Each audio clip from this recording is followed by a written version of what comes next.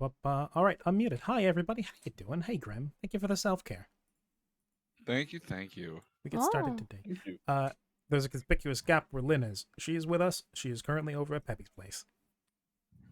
So we have everybody except for Jules here. Jules has let me know well ahead of time that he unfortunately cannot make it today. We will miss him dearly. Yes. Someone play taps. But yes. So, last we left off, the party did a little bit of rehab. Not the Amy Winehouse kind. Oh God, is that too dark? Too soon? Well, no, because no. hers didn't work. Anyways, Oof. Didn't mean to go that dark. that's too dark. Yeah, I didn't know. Yeah. I didn't mean to go that far. Just immediately, right out the gate. Okay, You did this to yourself. I did this to You myself. just- Me and my no filter. Happy spooky month to y'all, by the way. Oh, thank you, Graham. Happy spooky month. Happy It's a spooky month. It's a spooky month. Yes. Do the It's a dance. spooky month. Okay. Yes. Last we left off, the group, after getting exorcised of the terrible deep curse, then proceeded to go through a little bit of physiotherapy and rehab within the heart of the Papal continent, in the Gadsrich continent, within the heart of the papacy, atop the seat of the gods, in the hallways buried underneath the larger cathedral. Near within the roots of the papacy, or specifically the seat, they first underwent some reconditioning and recovery, followed by being given a bit more free rein. Some decided to just go on walking about, doing a bit of studying. Some decided to test their wits against the scholars and the theologists of the seat of the gods and the academic halls within. Others decided to spread their wings, to mixed results. And nothing bad happened. Nothing Moving bad on. happened. Some decided to play hooky and then hitch a ride back home. That worked out well. And if I recheck my notes here, let me turn on the light because I'm sitting in the dark. Yes. Okay, yes, I have a recap here right in front of me. Chaiko's not here, so we don't have to go over her new spells and everything. Karya did a bit of training with Vair, learning how to fight atop his now far larger brother / mount. Siren decided to relive her salad days, now being in a more metropolitan place of learning and faith, where previously she might not have been able to do that. Though I'm sure there are plenty. Siren was here, carved underneath the pews of her local church back in her village. Lots of sendings were sent, lots of communication. Successful and unsuccessful. Bringback is a very enthusiastic conversational partner, but not a very efficient one. The reserve Grim is currently at something like 5 and 2 misleading. So you're good. You're topped up. I've just not run into many good opportunities to tap the reserve. Let's see. Oh, and there was a time you tried to spy on a king. So instead you just Well, you know. So instead you spied on a hotel owner, well, hotel manager. Yeah, him and King Guillermo. I'm just trying to make sure everything's okay. Everyone's all right. In the most creepy way imaginable. I don't know what you mean by that. There's a more creepy way: invading their dreams. Actually, oh God damn it! oh my God, you're a genius. I mean, is this not part of the reason you want the dream spell? Man, no respect for first it's bad anybody enough else's giving privacy. it's bad enough to give the GM ideas, but no. It is very weird that dream clerics don't get the dream spell. That is just very odd. Sure I remember looking through Siren's spell list, and there are several like sleep themed spells, and that is like she doesn't get. There's a lot of them she doesn't get.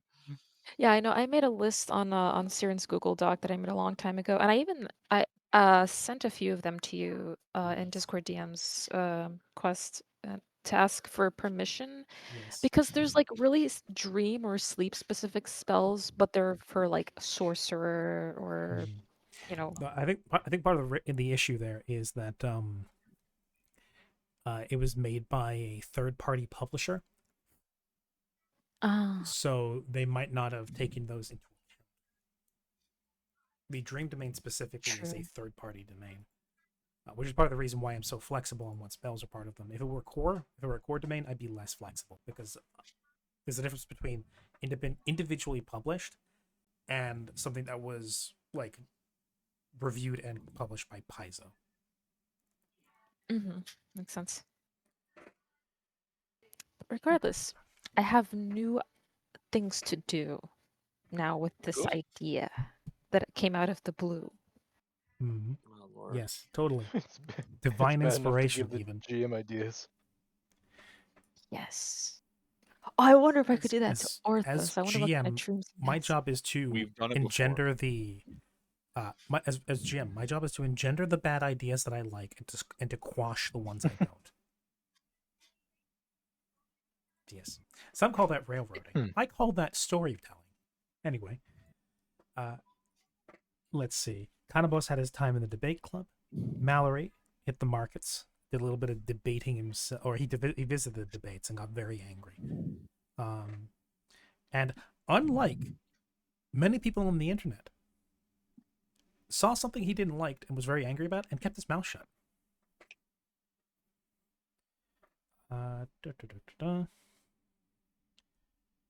Markets, information. Checked in on his hotel manager. And then Vark, who went a little bit wandering.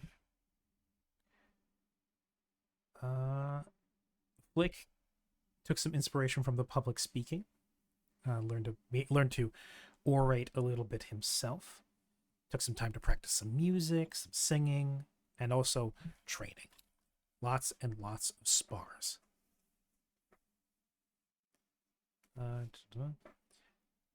Assuming Flick and Karya sparred at some point, or multiple points, to get back in the groove with their new bodies, they would both have noticed a shift in both physicalities as well as their own kind of freedom of movement. You're both quicker. Karya doesn't hit quite as hard, but he still packs quite the punch, especially with the assistance of the magical belt. If he takes that off at any point so that the spars don't become immediate risk of bludgeoning somebody's head in with a wooden sword or a wooden spear, he still packs quite the punch. Definitely above your average mortal man, well above. But he's not the monster he previously was. And less training weapons get shattered as a result of it. But both of you get a good chance to try out what's changed. Both of you feel lighter, more capable, more able, more quick to react, more aware of your surroundings. Both of you are sharper, and it shows. You get your chance to spar against some of the faithful, some of the acolytes of war here within the halls. Others who are just simply martially inclined and wish to dedicate that to the service of their god in the future after they're done studying here. All the same, it makes for good fodder and good time to improve yourselves.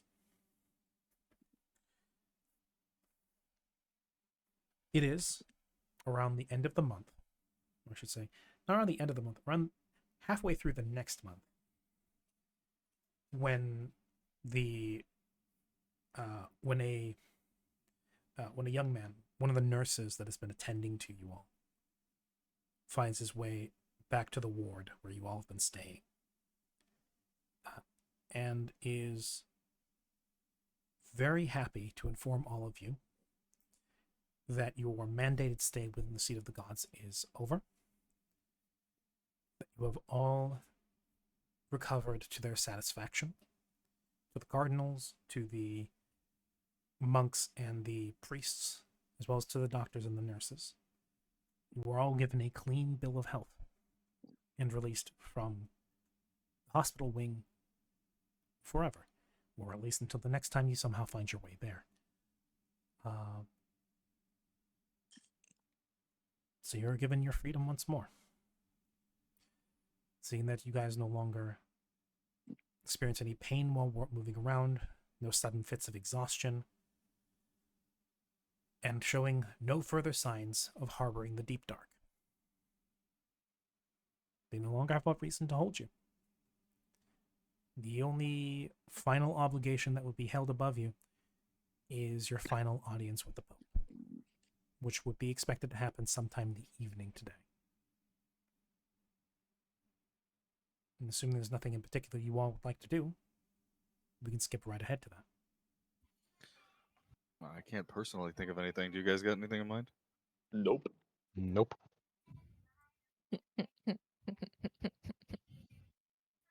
No. Sarah really. is fantasizing about all the ways she can violate somebody's privacy. Rights. Yeah, exactly. Well, I did have something I wanted to do. It didn't have anything to do with violating privacy. I wanted to use Commune at least once to ask a few questions, specifically while we're in the Seat of the Gods, because I feel it's appropriate. Okay. Let me just... Let me pull the spell up. Oh, Roll20 is lagging. So, Pathfinder 1st Edition Commune. You contact your deity or agents thereof and ask questions that can be answered by a simple yes or no. You are allowed one such question per caster level, so you would have 9. The answers given are Jesus. correct with the rules of the entity's knowledge. Unclear is a legitimate answer because powerful beings of the outer planes are not necessarily omniscient. In cases where a one-word answer would be misleading or contrary to the deity's interests, a short phrase, 5 words or less, may be given as an answer instead. The spell, at best, provides information to aid character decisions. The entities contacted structure their answers to further their own purposes. If you lag, discuss the answers, or go off to do anything else, the spell ends. Okay. So it's 1 round per level, 1 question per round. Yes. So, I guess if we're getting ready to leave, before we do, Siren would approach the party and just say, so everyone, I've been meaning to ask some questions to, Miluna, the goddess, queen, bestie. And I thought it would be appropriate to do that while we're here at the Seat of the Gods. Does anyone have any questions they want answers to? Any astral, universal queries? How does that work? Well, I sit down and it's a ritual. It takes me about 10 minutes to finish, but once it is complete, I have a thin line of communication with... I assume it's actually not the goddess herself, but in this case, Arena or some other celestial that is in communication with her. And I'm able to ask simple questions. So, well, Jules isn't here, but she would ask, like, if Chaika wants to know something about her father, or Karya, if you want to know anything about your father, if anyone has any yes or no questions, perhaps we can get some answers from the gods, the heavens, the holiness. That was more so my question. Are we speaking to deities here? They could just answer anything? Well, once again, I don't think the deities themselves, but their close servants, the celestials that, are basically the deities without actually being the deities. I see. Perhaps we I can gain some suppose. knowledge. I suppose I have personal questions. I've never considered speaking with an entity higher than myself.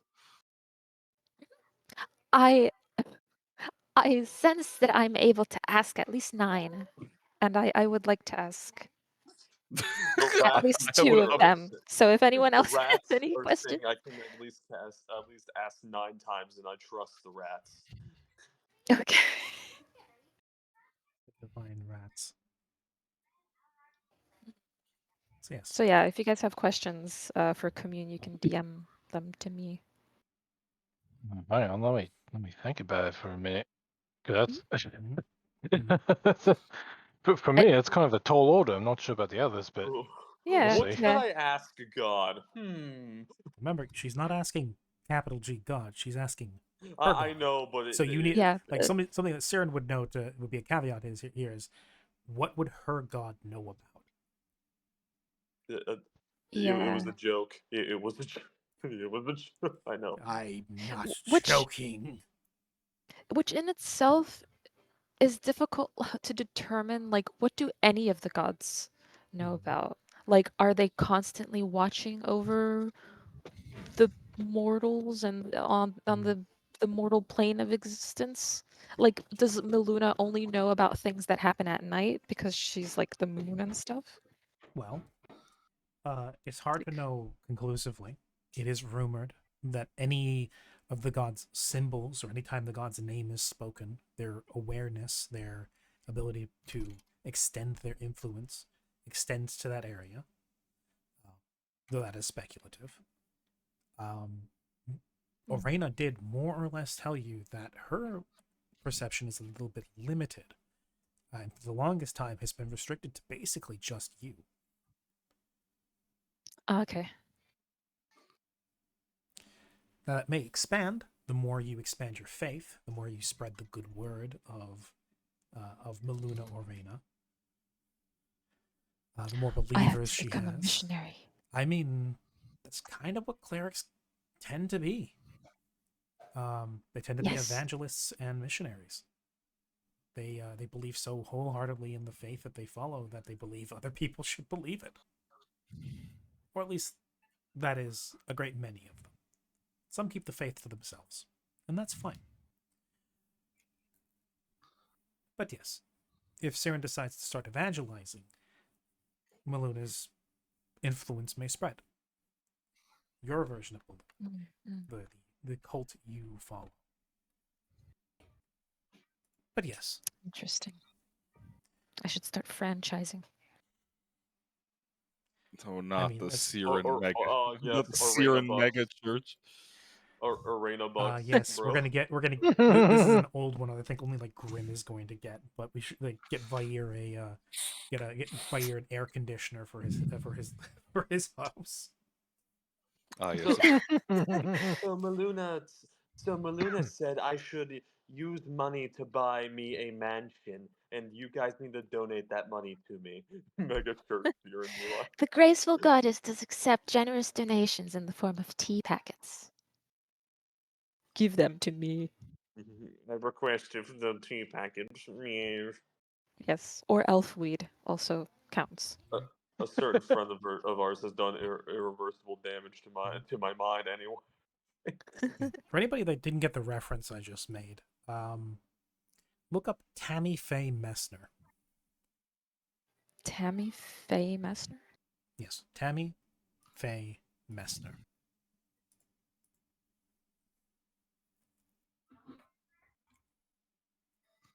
American Christian singer, evangelist, and televangelist. Yep. Yeah, Formerly I know. formerly Tamara Faye Baker, or Tammy Faye Baker.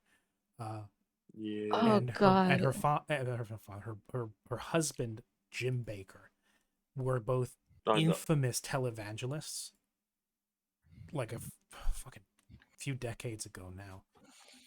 I know of the Bakers. Yes, the Bakers were infamous for the televangelism, and the way they would just like push the disadvantaged to send them donations via mail, and then it came out that they were, despite the fact that they were constantly saying like, we constantly need money to spread the good word and do right by people, when they were buying air conditioners for their dog houses. That's so funny. They were That's so Yeah. fucked up. like Yeah, they no, were fuck you, Rich, but constantly I begging have, on I have a begging on lot of television. things to say about televangelists, and I don't think I should do it on stream. Unless you want to come across as an evangelist of your own kind. No, Yeah, we should No. stay off our soapboxes here. yeah, no. Anyway. I will. Yeah. There's But a lot yes. to Yeah. say about that. Tammy, I'm Fabe, more familiar with Kenneth Hmm. Copeland is the one I know more. he's also bad. Yeah, But they're yes. just They all- bad in general. They Not all not really not really a televangelist. Um, In fact, I'm not even sure if he's necessarily an evangelist himself, but I know folks like Ken Ham kind of fall into that as well. Yeah. Ham. Kind of, sort of. Yeah, I know he was like a fundamentalist. I don't think he was a televangelist. Yeah. If you preach the gospel of prosperity, you're just a scam artist. That's just all I have to say. Jesus would kick in your building and he would absolutely flip your tables. Also, Yes. and also chase you through the streets with a corded rope, Yeah, fashioned I'm not into gonna a lie to whip. you. Jesus was actually pretty based on Roman accounts. He told people to No, pick he- up he- swords if their rights are being trampled on. That's Especially crazy. when he was Mhm. younger. He was a firebrand, according to the Bible. He Well, that's even his eyes. So the Romans once made an account of what Jesus looked like. It was in archaeological records that like there were Romans watching him, and they described that his eyes were the piercing blue eyes of a Nazarene. But a Nazarene did not mean of Nazareth; it meant of like a fucking revolutionary, like a crazed revolutionary. And I'm like, that's Yeah. crazy. He was a real He's- one. Yeah. He's just like he's just like Paul Atreides for real. like Oh, so Damn Real it, from- Jake, we're not talking Jesus. Dune Like, anymore. despite what some people say, Jesus was not a man of status quo. At least by account of most of what we have. His entire early history. When did this become was- a religious sermon? Hmm? Just like welcome to the Here, simple to path the new religious church sermon. of Christianity. The Christianity. Anyway, getting that simple path talks the Now Bible. Now Yes. let us play the simple devil's game. preach.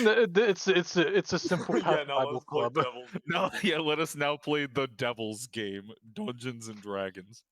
Hey guys, you ever heard of a cheek track? I will turn the other Oh, cheek. no. Anyway, I should we should now perform the satanic rite of figuring out where the fuck the party You needs guys to go got the next. sacrificial offering to Baphomet? No? Okay. no. Anyway, No. See, I do mine to Beelzebub. Anyways, Of course, Lame. let's go. We're gonna get distracted. we've more than already we gotten have. distracted. What are you talking about? Anyway, We do you just had a have whole questions Jesus for sermon. God? I sent some to Sarah. Yeah. Frey sent me some questions. If anyone else has any questions, feel free to send them. Otherwise, I will take these and the ones I have and run I'm with honestly, it. I'm honestly surprised that Vark Lynn. isn't fucking burying you in questions. Does Mallory have questions for God? Yeah. Mallory's just like wrong. I have a different problem. I think I have one. Mhm. All right. Does What's Mallory? I have don't know what questions I for want to ask first. That's exactly because I was like, What's the wait, so it established has to priorities? be yes or no questions. It has to be Yeah, yes or it's no yes or no questions. The biggest answer you're going to get is Oh, a the 5. message. The biggest response you're going to get is 5 words. You're must I hate the gods. That's okay. They hate you too. is the You shouldn't first be thing you here. get back. You shouldn't exist. You're a nobody. Yeah, I suppose that's true. Oh, Get out of here, Roxas. Roxas, no. Yeah. Go back to the darkness. I- Because Kingdom I- Hearts I- is light. I can't wait to find my doppelganger Krav and wake him up while I disappear. Crab. Actually, here, let me. It's reword that. Vrax. Rex, yeah. Vrakes. Yeah, it's Vrakes. There we Instead of go. an X, it's KS. I'm gonna beat the Vrakes off of you. Anyway, yes, you're gonna fight your doppelganger, and There you're we going to go. get a lock mace.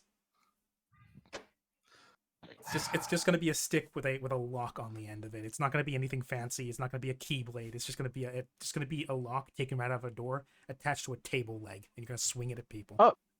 Oh, so it could be like that. That one weapon where it's a teapot on the end of a pole. Oh, the what do you call it? The traveler's kettle.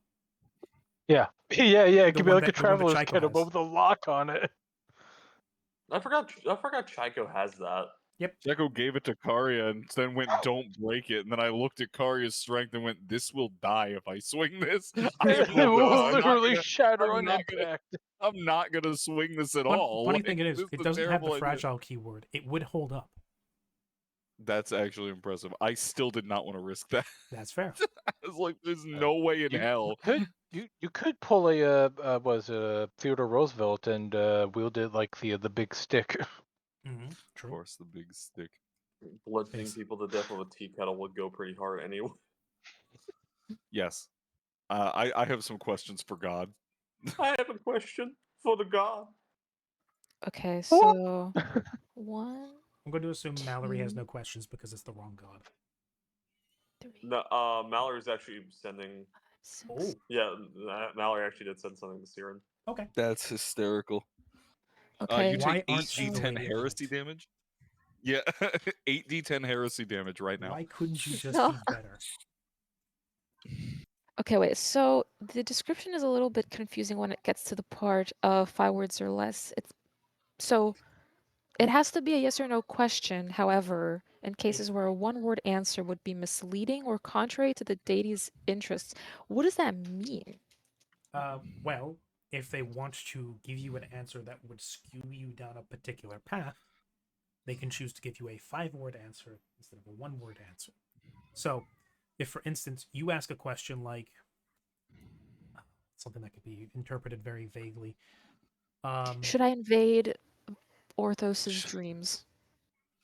no, you get a very emphatic That's a no. very solid You get no. a very And then if emphatic she wants to lead me down the path of not doing that, no. She It'd be a said very emphatic Absolutely. no. It would be absolutely the fuckity fuck not. 5 Yeah, there you go. 5 There words. you go. Yes. No.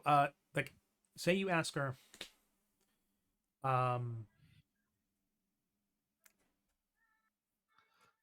are we going to be in danger in Haven?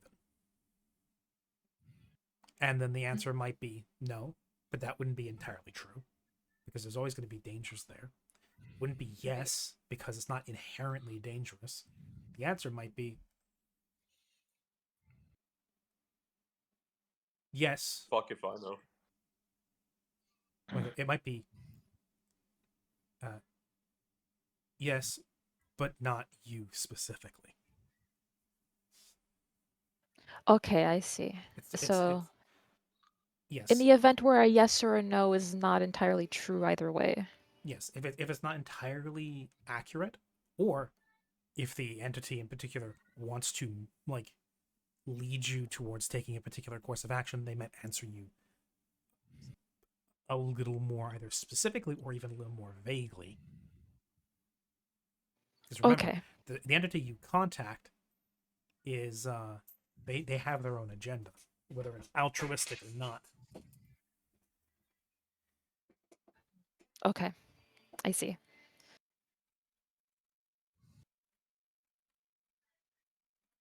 Well then, has Okay. everyone sent everything they wanted to? I believe. I would like to send a 900 terabyte zip bomb up to heaven. God. It's filled with nothing but garbage code. Why? You will Like be gets a smitten for DDoS that. directly to his soul. I'd like to God. DDoS You- God. He clips through the map. They just Yeah. glitch him out. He's sending God 50,000 instances of Bonzi Buddy. Everyone just sees flicks and they disappear, and then in the corner of their eye they say flick underscore of underscore the underscore ear has been banned from the Has server. been banned from the server. Oh god. No, that's what an Oracle curse is. It's divine malware. Define malware. Just like you fucking zip bomb them, they clear it up, and then just in return, I you have get kernel level you get access to you your get blasted, soul. and you get given a divine guide. Comes in the form of a paperclip. Oh no. Acceptable, but understandable. Tap tap tap tap tap.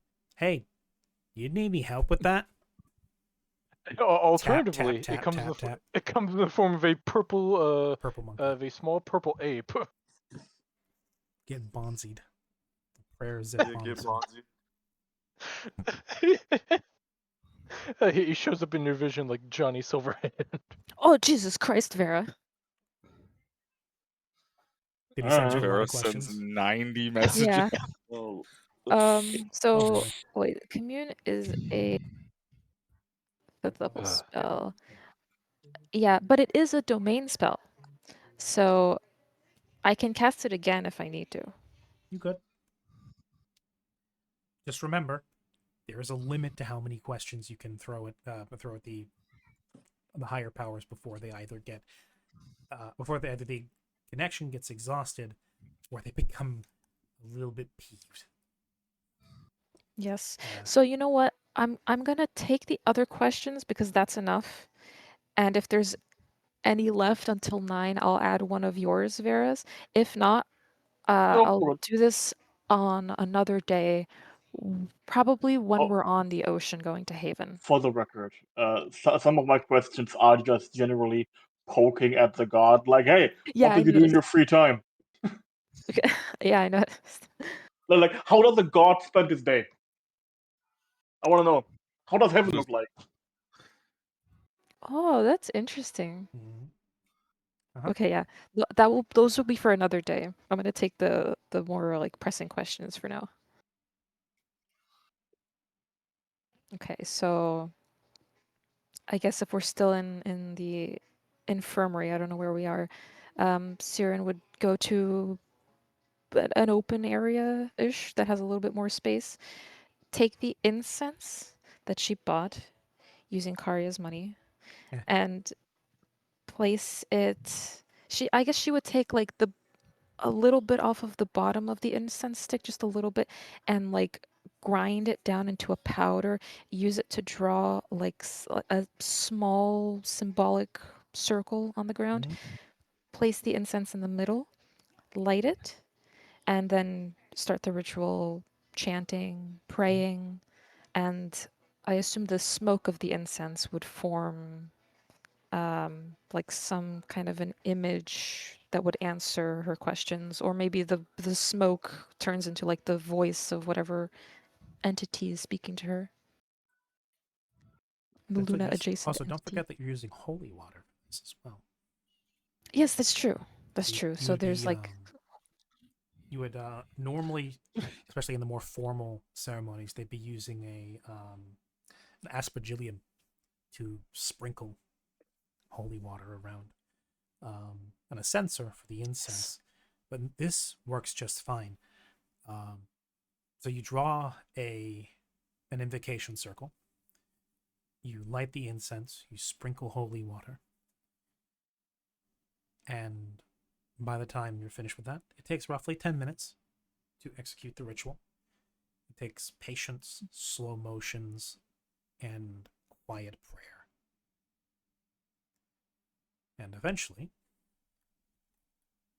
the smoke rises, it grows thicker. The hand on your shoulder that you feel while you're here doesn't move.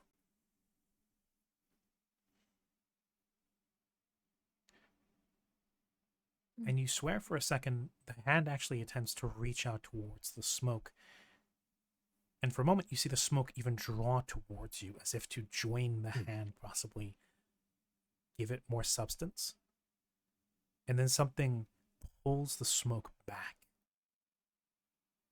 The holy water rises off the ground where it was previously sprinkled, comes up as little beads of blessed water. And then it forms pulling into the smoke as a combination of vapor and incense forms something.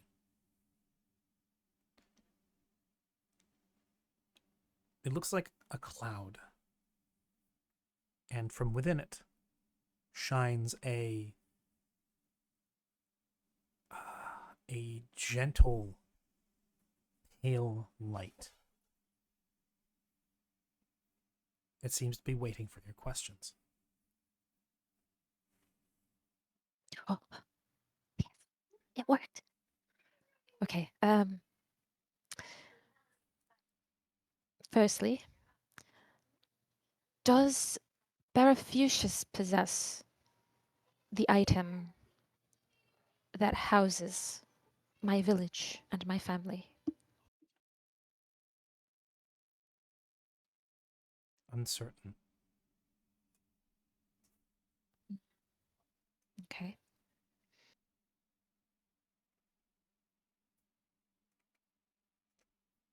Is Karia's biological father alive? The cloud seems to direct its attention at Karya for a moment. The word, the name alone, seemingly enough for it to know who you're referring to. No. The word ripples out like a voice across a distant lake, carried but muted.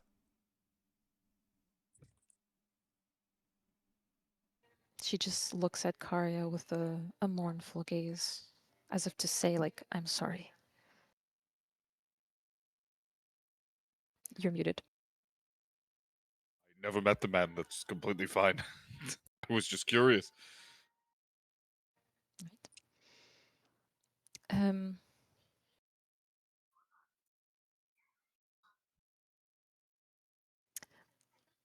Are the White Gods planning to expand in the north? You get a sense as if the entity is contemplating what you're even talking about. Uncertain.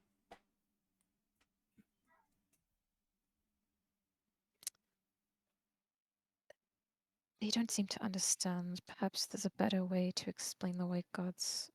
But for now, That's 3.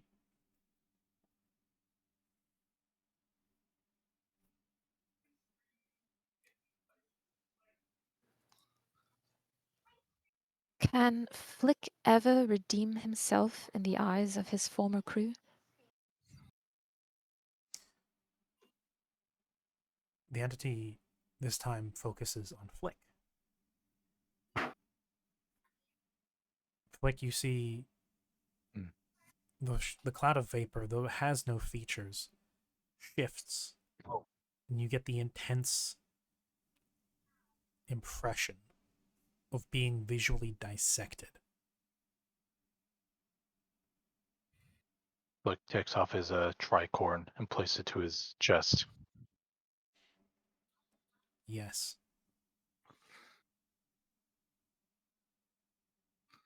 Ah, The word comes like a low wash of tide on a beach,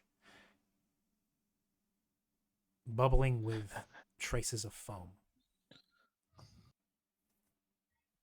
going feeling won't be easy though. But then spars a little bit of hope. He places the tricorn back on his head.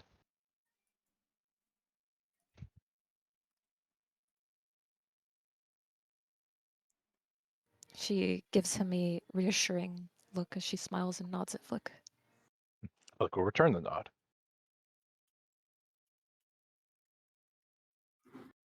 Um,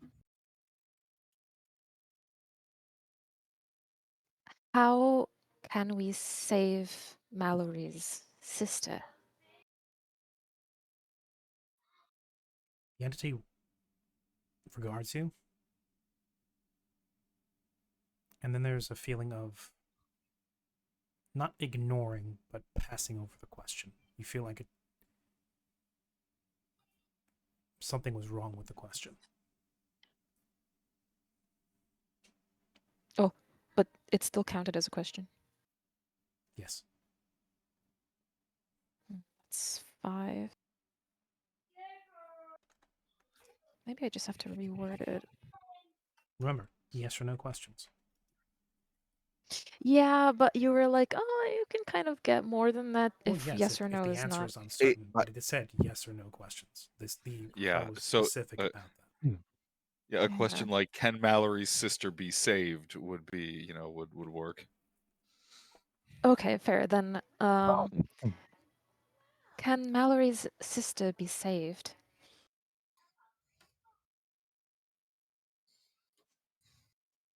Now, that regards Mallory, is that same sense of being laid bare, something that Mallory would be unfortunately uncomfortably familiar with, because it doesn't feel too different from the time that his grandmother gave him a dressing down. Yes.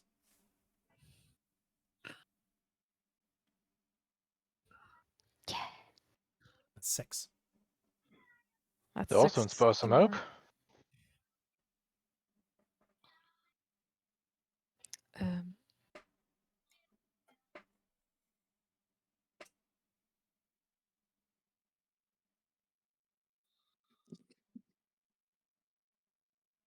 hmm.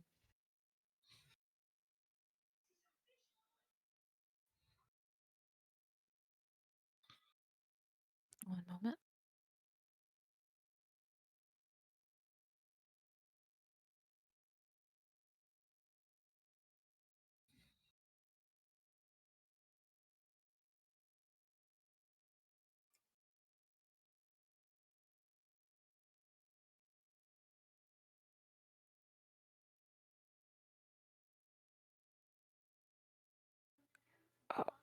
What was Lydia's last name again? Varg's summoner? Lydia de la Rosa. Vanaya de la Rosa.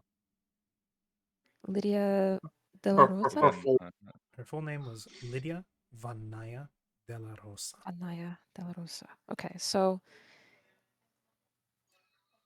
is it possible to resurrect Lydia Vanaya de la Rosa?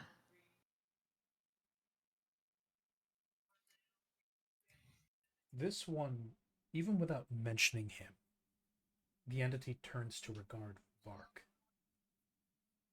And this time, it's not just scrutiny or visual dissection, it is judgment. Can I approximately feel where the gaze is coming from? Yes, you would get the distinction that it would be coming from this cloud of vapor and incense smoke. Oh, okay, fair enough, I suppose. I should have expected that. No, I stare right back. I hold the gaze. As if I'm trying to scrutinize in return. Give me a sense motive then. Alright. Uh,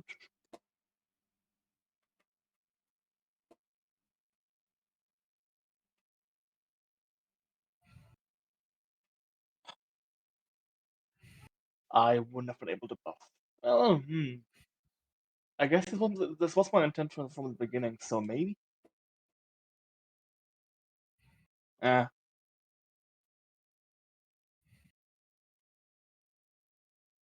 But I will do this.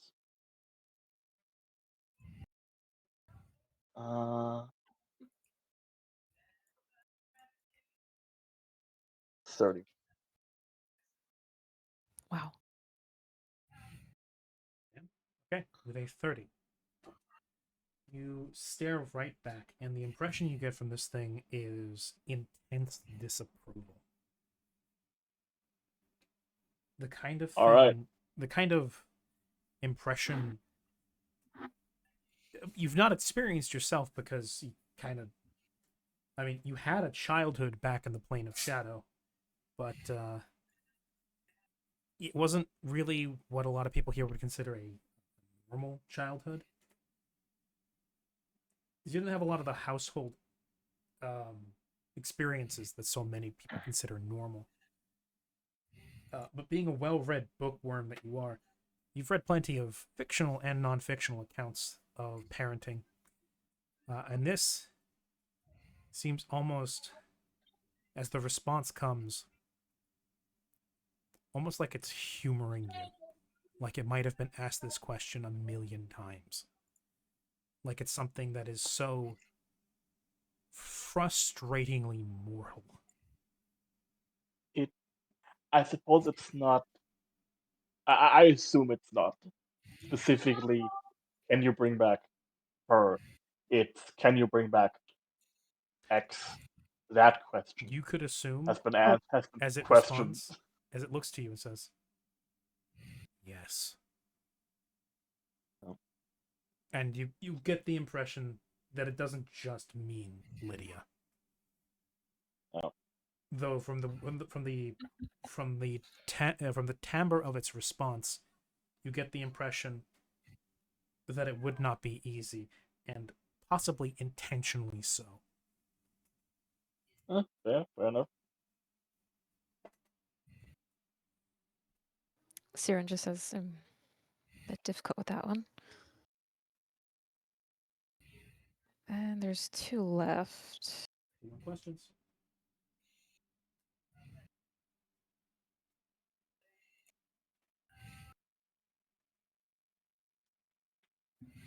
Okay,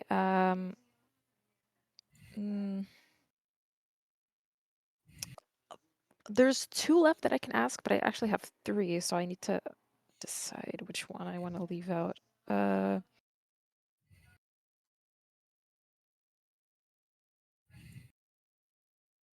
guess this is a better question than the other one. Is my village and family still housed within the snow globe that Harry mentioned?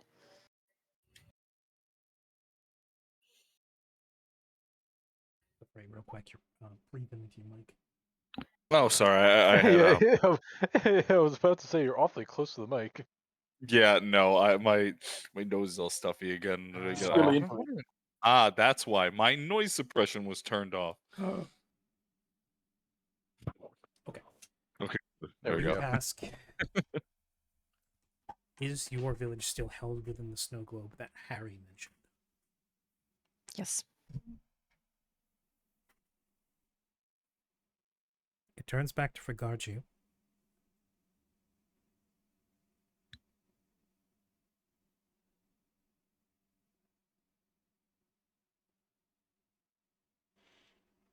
Uncertain. Oh, it's even uncertain on that. All right. Well, as for the last one,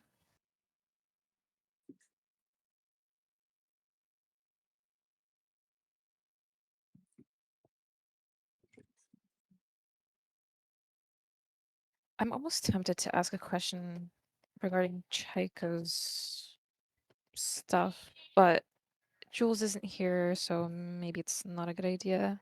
So I'll go with the example you gave earlier because I think that actually might be telling. Assuming the answer you gave in the example isn't the actual answer, in which case this one might be a little disappointing, but she'll ask for the last question. Will we encounter danger in Haven?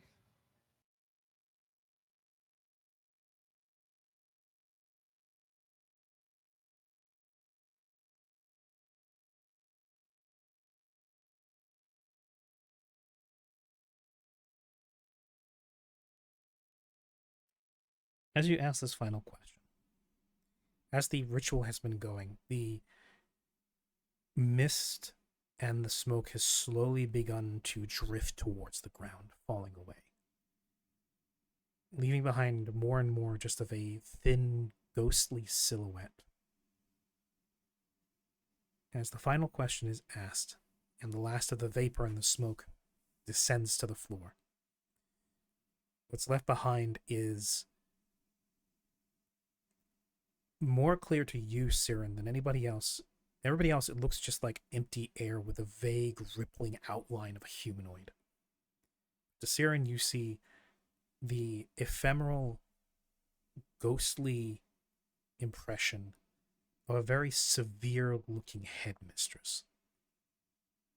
This is not the warm, motherly Maluna that you have communed with in the past. This is very different, though no less divine. She regards you.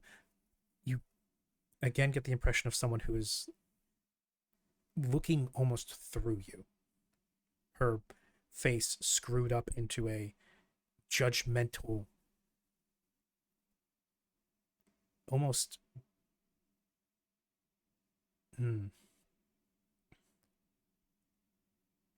like a judgmental, critical expression,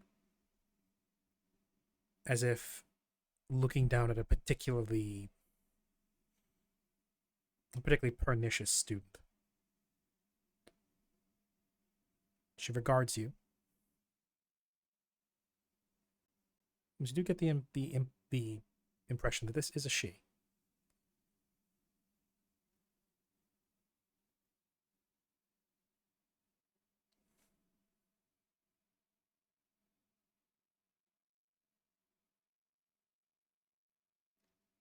Yes. Though Oh. perhaps not. No. Well, this would imply it anyway.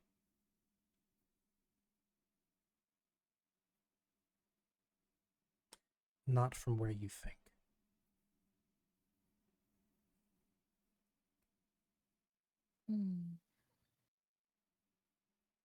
That's ominous.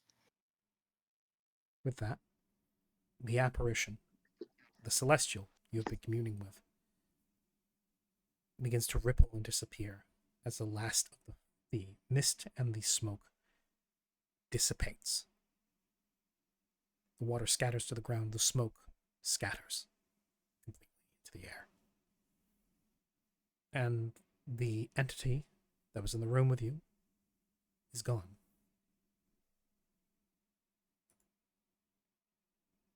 Siren prostrates as an act of gratitude.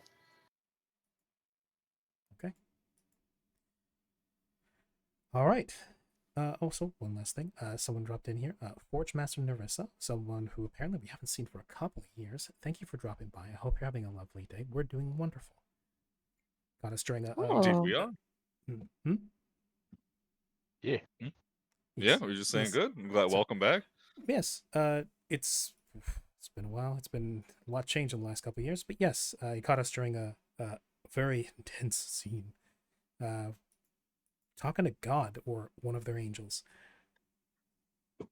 So yes.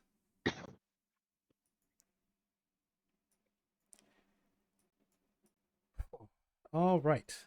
Now then, that out of the way. Any further things you wish to do before you go for your final audience with the Pope?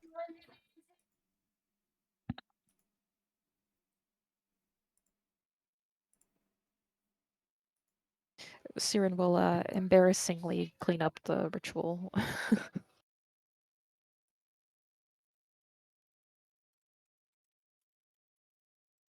All right then. You sweep up the ash and the crumbled up incense, making sure that the floor is clean. Wonderful.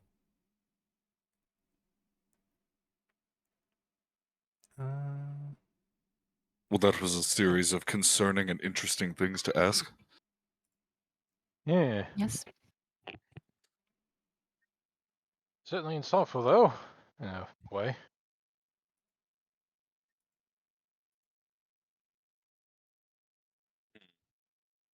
Definitely sets up a bit of a challenge ahead of us, though. Should we avoid Haven if threats are going to be coming from a direction of which we don't expect? Or maybe it's going to happen because we attempt to avoid Haven and then it will. I hate riddles. Well, in all honesty, we should probably still risk Haven.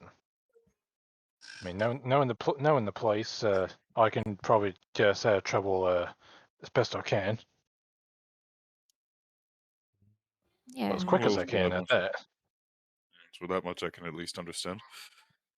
Well, the answer was Not from where you expect.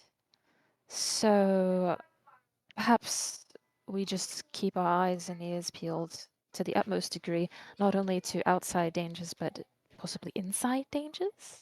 Or places we for- don't expect? For all we know, if another saboteur ends up on the ship, I'm gonna toss him overboard myself.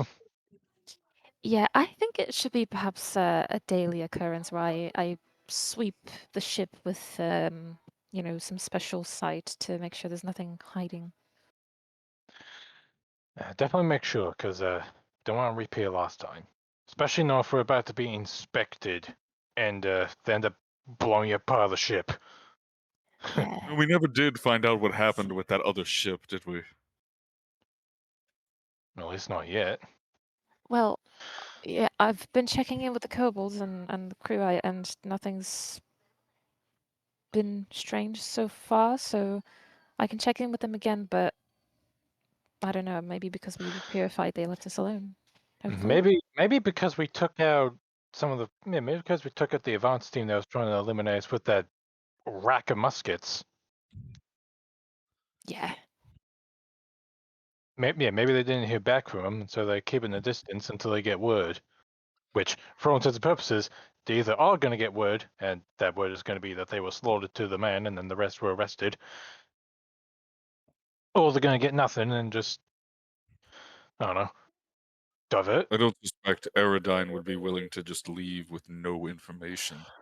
Precisely. That's why I say divert, as in regroup, and then potentially, I don't know, maybe set up an ambush somewhere. Yeah, maybe. Well, I suppose that's a problem for when we actually get back.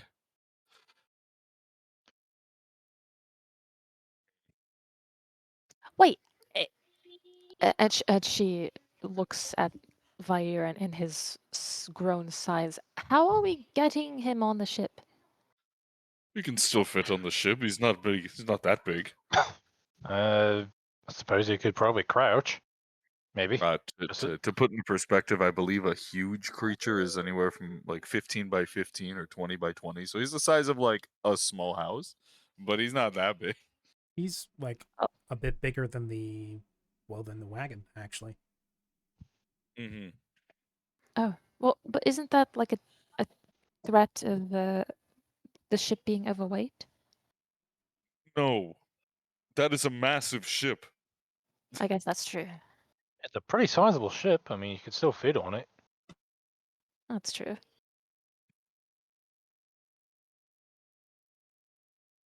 Well, I just suggest he crouch that way we're a bit low profile because having a dragon even of his size on the ship is still pretty distinctive. Well, yes, That's true. considering most of the world doesn't believe that dragons even exist anymore, I would believe that could be a problem, yes. It can't exactly hide below deck. Below deck's fairly cramped, I'm pretty sure. well, I'm sure yeah. it'll be fine. And if it's not, well, you know. Yeah, we'll figure out a workaround. You know. Mm-hmm. Yeah. There are some As we sections in the lower always deck that would be big enough to house him. There's space. He's just not going to be able to fit through the normal passages anymore. He's just literally Here, Vair. only in the Follow bottom this deck to or this the top person, deck. bro. Hmm. So what was that? What was that, Vark? Ooh. He's going Sorry? silent. We'll never know. Well, Open regardless. wide, Vair. Here comes the reduced person, bro.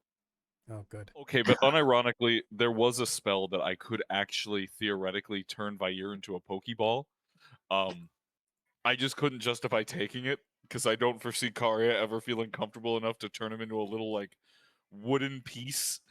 But it is something I could take. That spell, yeah. Which one's that? I can't remember its exact name. But the general gist of what it does is you take your mount and you convert it Oh, into like a companion figurine, small that's little it. wooden. Yeah, there we go. Yeah. Wait, no, Do, that's do you that's do a you know feat. how Drizzt Do'Urden has that little statue of Guinevere, the panther? Mhm. It's Yeah. that. It's that. And Karia does have that little wooden statue that Siren made. That's not it.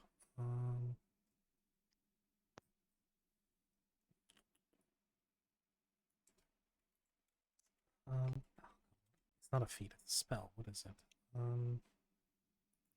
Figurine of the concealed companion.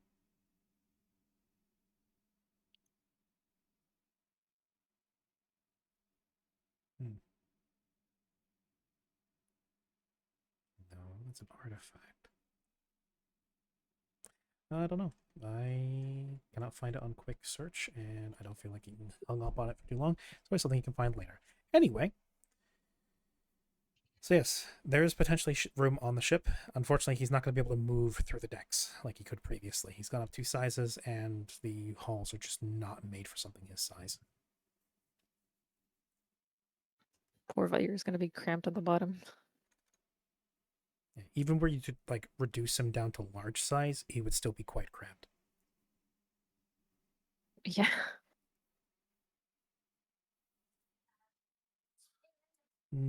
All right. So, anything else?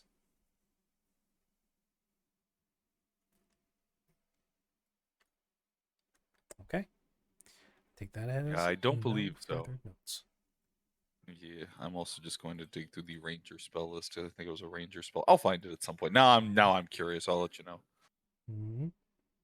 Okay.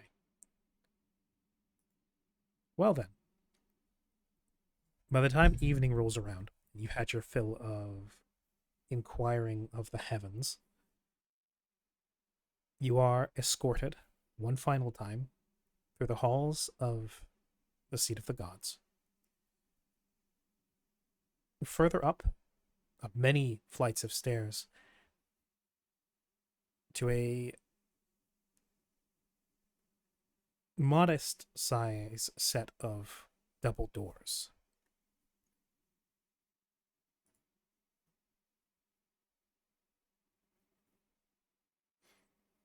His Eminence is within.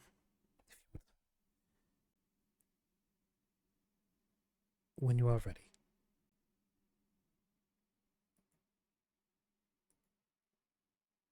Well, there's no time to wait, I suppose.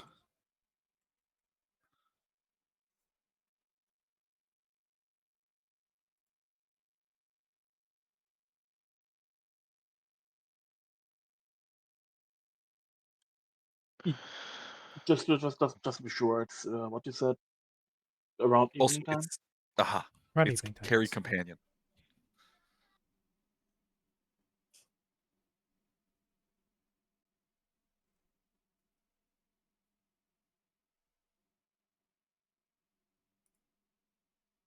Yes, it is around evening time now, yes. Okay. Well, there's no time like the present. I see no reason to wait any longer. We've already taken up most of his, month.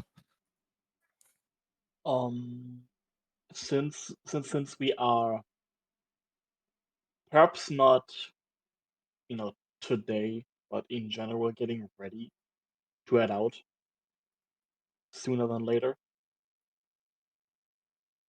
would we be dressed in clothing provided by the monastery or our own clothing? You would be allowed your own clothing now.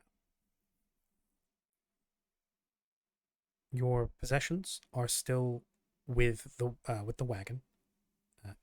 It has been moved to a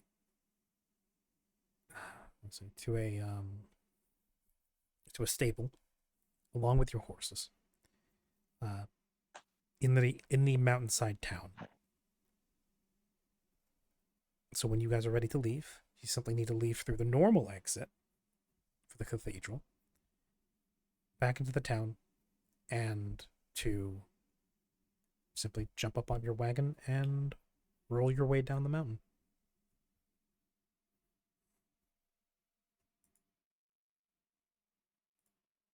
All of your weapons, all of your other possessions are stocked up on there, as well as some fresh provisions.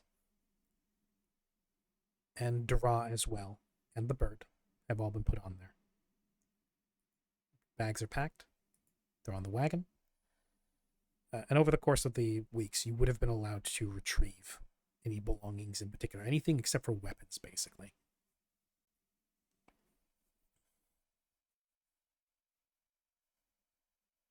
So I just thought about that. Where would they have put the weapon that Chaiko made then? Would they have seized that? It would have been, she would have been allowed to take it into the forge, work on it there, but then the forge itself would not have been within the limits of the cathedral or the undercroft, the tunnels beneath it. The weapon would have been fine to transport, just never into the under passages or the cathedral itself. Mhm. The forge she would have been working at would have That been makes sense. outside the cathedral. That makes sense. I was just making sure. I was just curious.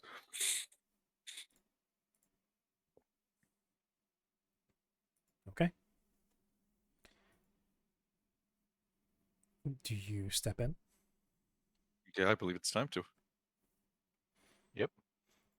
Okay.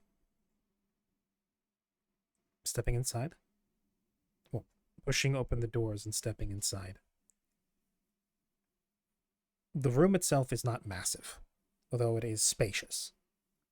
It is richly appointed with tasteful decorations. Dark wood, silver, and many bookshelves, cabinets, scroll racks and cases. And sat far to the back against the wall is a large wooden desk and a familiar-looking figure. He is sat now, seemingly with a bit more than his previous dress. You all would have known, at least from the time you've been here, he would have come back just a little bit ago from a sermon addressing the faithful within the cathedral itself, evening mass, as it were. And so he still has a little bit left of what he would have been dressed in. Longer, bright white and gray robes. Off to the side is a mitre sitting on the desk, now functioning as a paperweight. Looks to be a scepter leaned against the desk, and fresh ink staining the robes around the sleeve cuffs.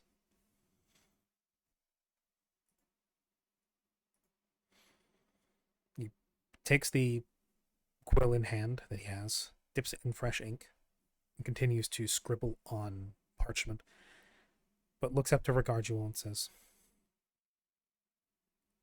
"Welcome in. Please, come inside. Don't let the draft in."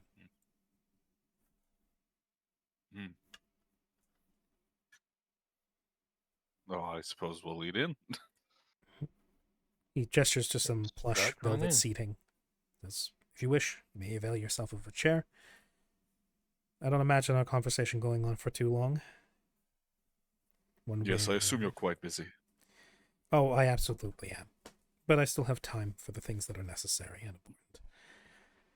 Speaking of which, if you don't mind, but I will be continuing to get work done while we speak.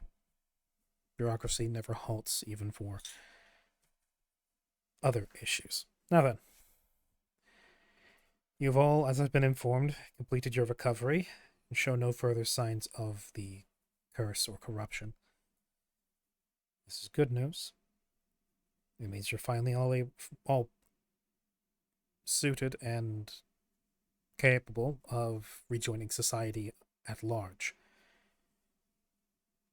This is good, because for your own sakes, and he's going to look at Garia, for the sake of your burgeoning ambitions, this is going to be the only way you would have been able to see through your ambitions of being king one day, unless you wish to have every nation knocking down your door.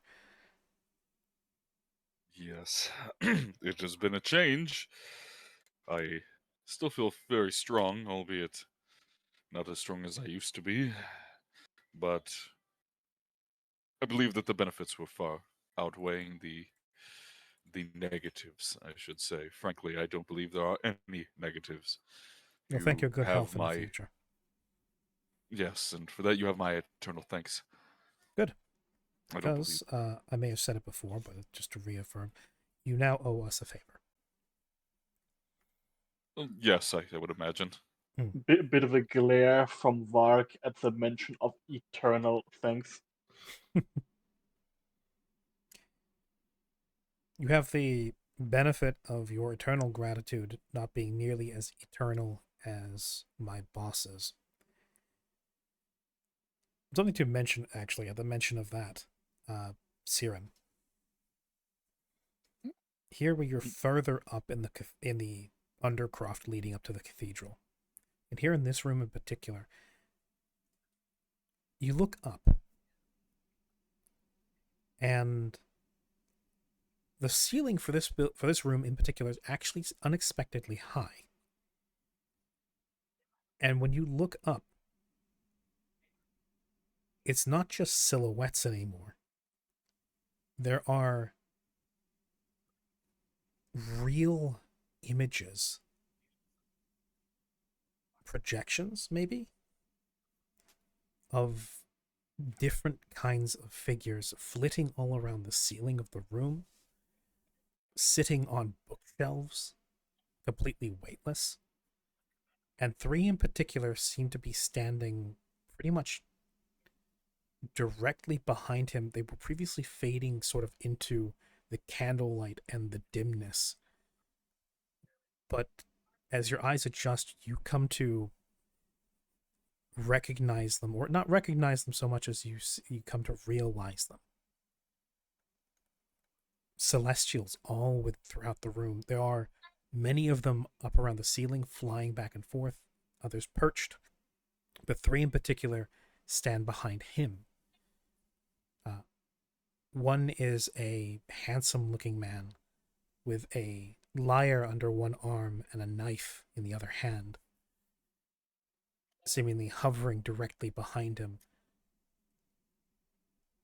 A older-looking woman with 2 sets of feathered wings and what looks to be a bowl of some sort cradled in both hands in front of her, sat on his desk right where his mitre is. And then to his left is a younger looking figure shrouded in dark robes, and underneath the hood just looks like starlight on a dark night. No facial expressions.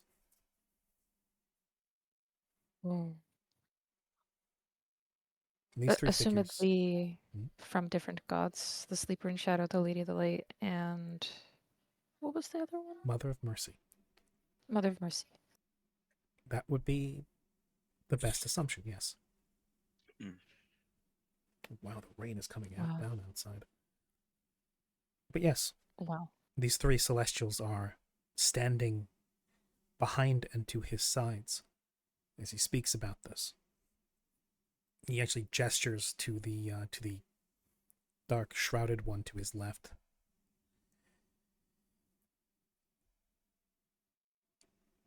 Your eternal gratitude, thankfully, does not extend to them, but only to me. Both of us are mortal men with mortal lifespans, unless you show something surprising. Let us focus on the short term and fruitful partnerships in the future.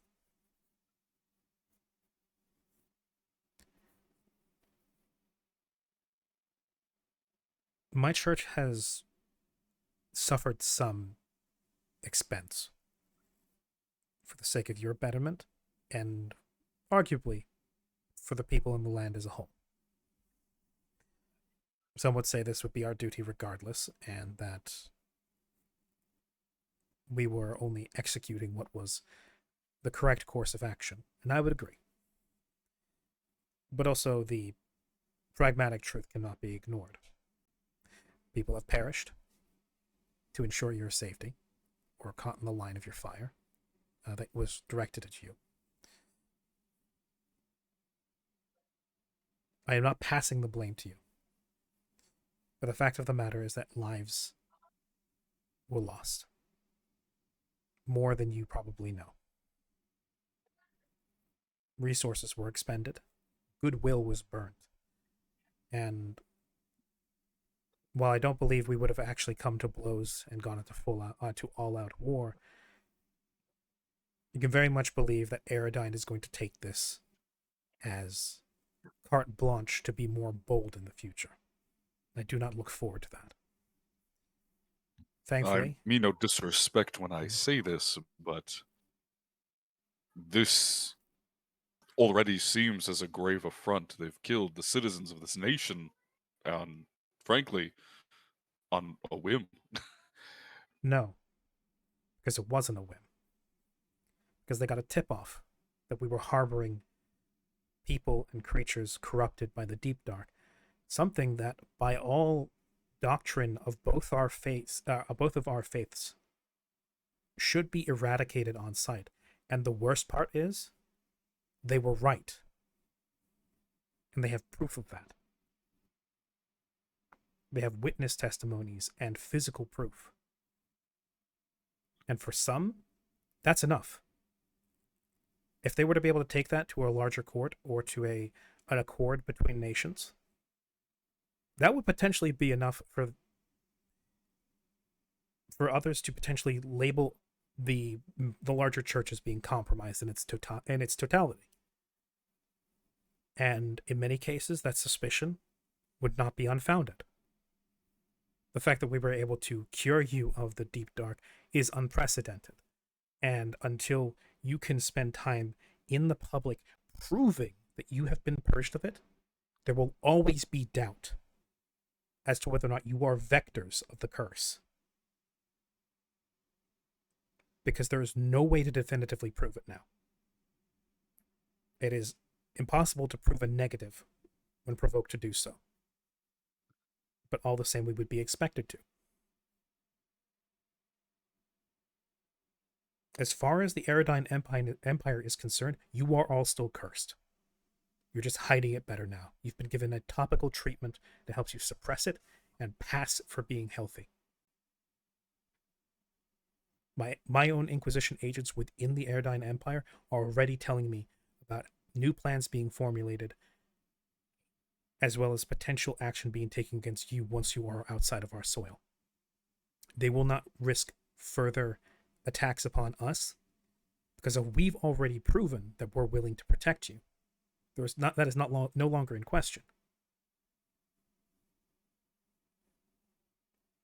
So now the hands are going to come off, and they're going to wait until you're outside of our reach. You can absolutely expect the Inquisition to find you sometime in the future, and I hope you're equipped to deal with them, because they will not be pulling their punches in the future. And to anybody else that has knowledge of the deep dark, as many nations do, though not all have institutions ready to mobilize against it. If the Aerodyne Inquisition shows up and they're able to prove probable cause for action on foreign soil, they may not even go in, they might not even go contested. It is small mercy that many nations are very titchy when it comes to other countries stepping onto their soil and violating their sovereignty. Especially the part of the world you're going to, it's probably one of the best places you can go. If you intend to go to the Firegrove Valley, you'll be passing through Haven, I assume, Vladidovsky, maybe anywhere else in that area, and for the time being, that may be the best place for you to be. Because of all the places for Aerodyne to try and operate in, those are some of the places where they will meet the most staunch resistance. Haven, especially, will not take kindly to Aerodyne trying to execute their crusade on their soil.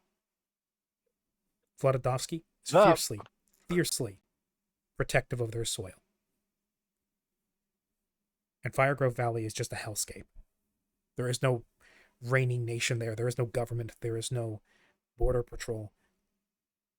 but they have to contend with tornadoes made of fire and great vents of lava, and an entire row of active volcanoes, which I hope you are prepared to protect yourselves from.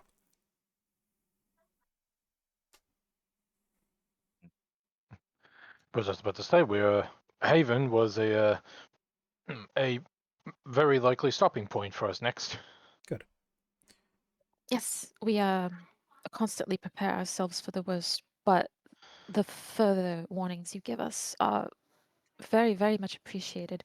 Siren says as she's listening to the conversation, but constantly spinning in place, craning her neck, looking at the ceiling, and then looking behind him, and then looking to the side and looking up again. The Celestials you see are every stripe and color.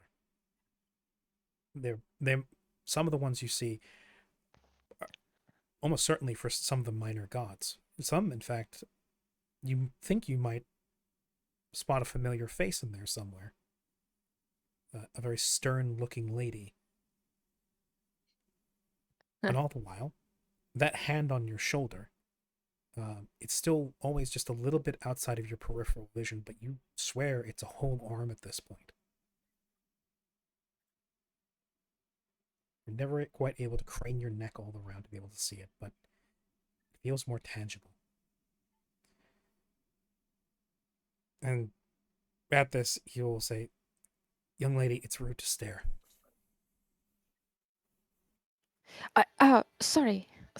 And she looks at her feet and then I appreciate looks the back at him, looks curiosity, behind him, looks at him. and I appreciate that it must be novel to you. But I assure you, if you spend as much time like this as I do, the company becomes burdensome. But yes. Oh, If I may. Hmm? You have been nothing but forthcoming with me from what I have seen so far, so I doubt you would lie to me, but I do ask you to speak frankly, if at all possible.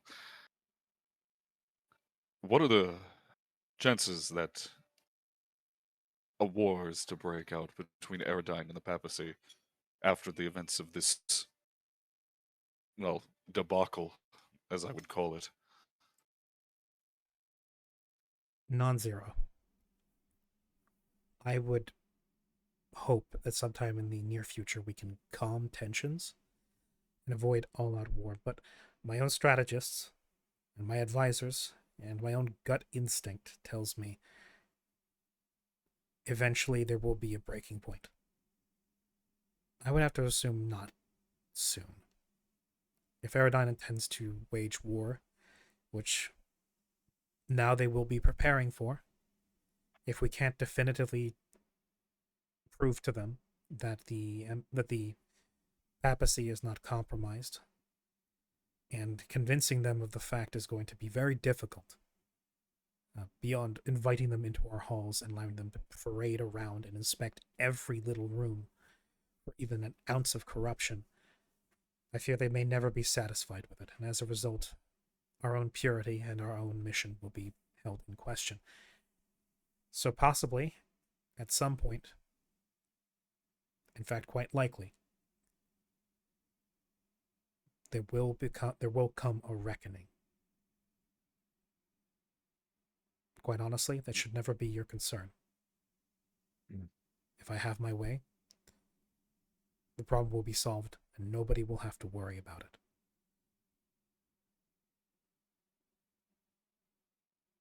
My own advisors project possibly sometime in the next decade or so, perhaps a bit more, perhaps a bit less. We shall see. But if further provocation comes and they see further reason to take action, we're already hearing about them marshaling their forces to potentially protect themselves. It would not take very much for that to become, go from defense to offense, and taking a preemptive assault on our nation. Well, they'll find Caligo will be ready to stand against them. Yeah, the tinderbox ain't lit, but they sure are fixing a lot of matches in it. But yes, Aerodine, zealous fools they may be, they believe in what they're doing, and I can't entirely fault them for it.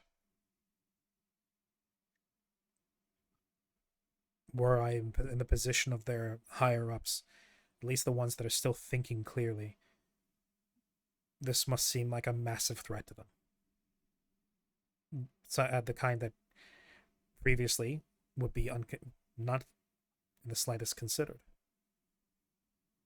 They were at least willing to look us in the eye before being of the same faith. But if all of the Aerodine High Command comes under the suspicion that we are corrupted, and we're just not showing it, then there's little we can do. We shall do what we can, and hopefully, being able to demonstrate that the heavens are still passing their blessings to us, will stymie the more reasonable members. Though it has also not escaped my sight how corrupt Aerodine High Society has become, both the military, the nobility, and the imperial family.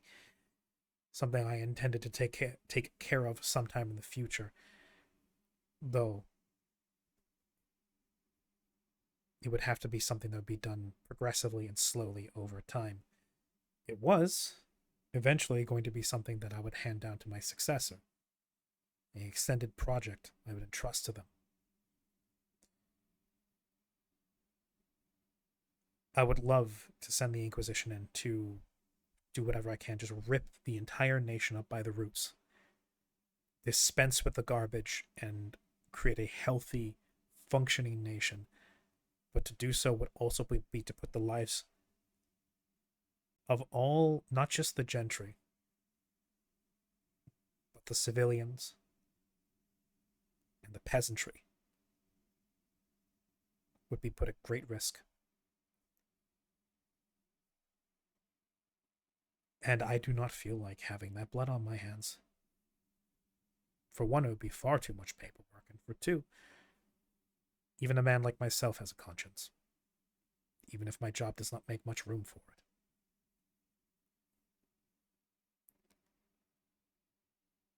Burning Aerodine to the ground does nothing beyond getting rid of the surface issue. We've already seen how that transpires in naissance. It is an objective lesson in exactly how those tend to end up. Yes, the corrupt nobility were disposed of, but in the process, so many lives were lost.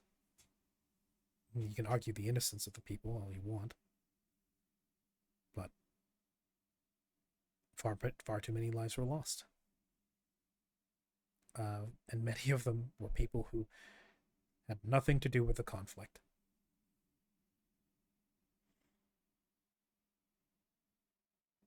Ideally, I would like to weed out and improve the nation of Aerodine as time goes. It is, in no small part, why I reinstated the Inquisition. To keep an eye on Aerodine, to keep tabs on the functions of the nation, and hopefully, eventually, nudge it towards something better and brighter, what it used to be.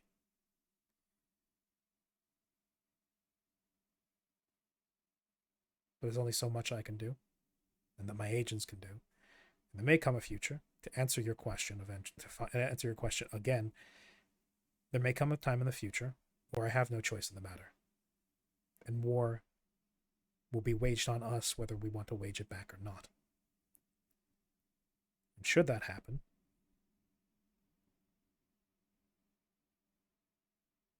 it will be long, it will be protracted, we will win. But it will come at too much of a cost. Of my own people, and doubtless the people who will be levied by Aerodine to fight their war for them.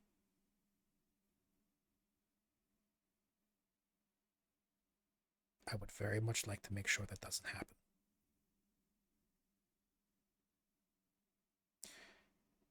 But that does not mean I regret doing what I did for all of you. You are all a solid investment for the future. top of which you shall make for fine, shining beacons of both what the papacy can produce when time comes and you all can prove your purity to the world as a whole, but also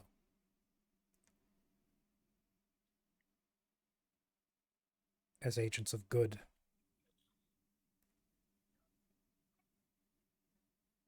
I have no doubt, given your track record, you shall find yourself wandering from place to place, righting wrongs. And that, as my advisors tell me, is worth it. The problem with Aerodine was going to be confronted eventually anyway.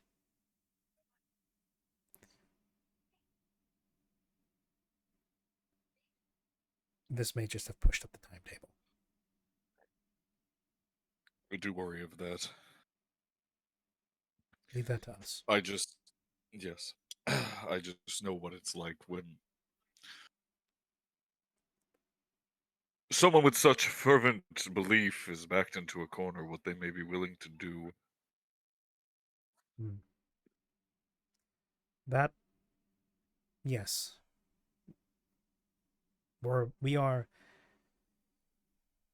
not intending to put extra pressure on Aerodine. To do so now would just be provoking more conflict. We won't give ground, but we will not push in. We shall leave the next move to them. Unfortunately, this puts us in a reactive state. But we have no better position to be in right now. We shall see what their next action is, what their next move is, and then adjust accordingly. Yeah, it sounds like this. You can't be starting the fight. You got to finish it. Precisely. I can only hope that through the influence of my agents and cooler heads within Aerodine, things will simmer down and we can get back to the plan and put it on course. But, and I know you have not all been tutored on the finer points of Aerodine society. And it's not a simple thing. But there is more to the nation than simply just firebrand zealotry. There is much to be preserved about the nation, and much good and much worth in it. And I know that many of my advisors would desert me if I gave up on them. As much as I resent them, I cannot do this job without them.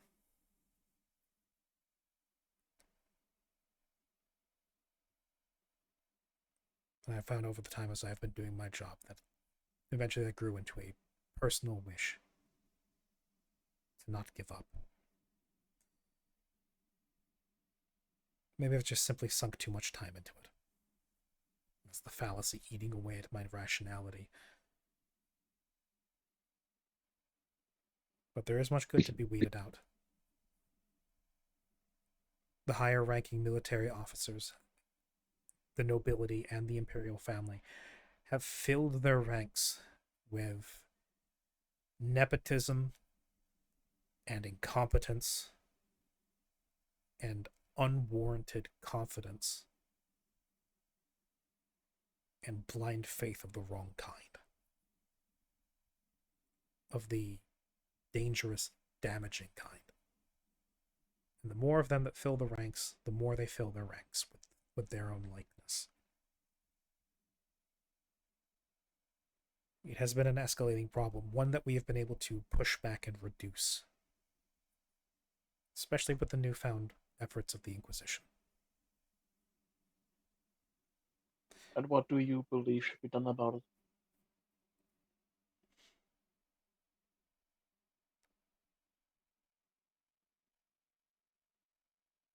It gives you a level look, seemingly considering how much he should tell you.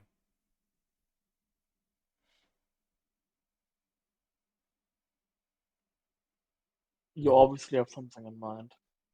Well, I have many things in mind. I have many things that are currently underway. But I why wanted to- share them with us? because I have faith in you all. As pithy as that may sound.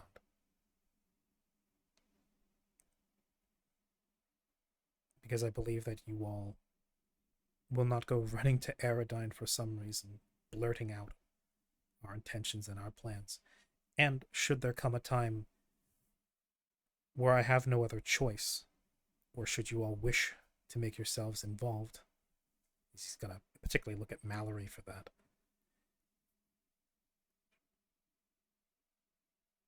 That you will know I have not held anything back from you. And you will know what you are signing yourselves up for. Or what I'm requesting of you.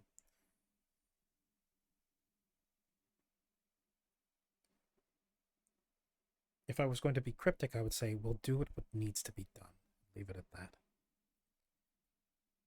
But we've already let you in this far.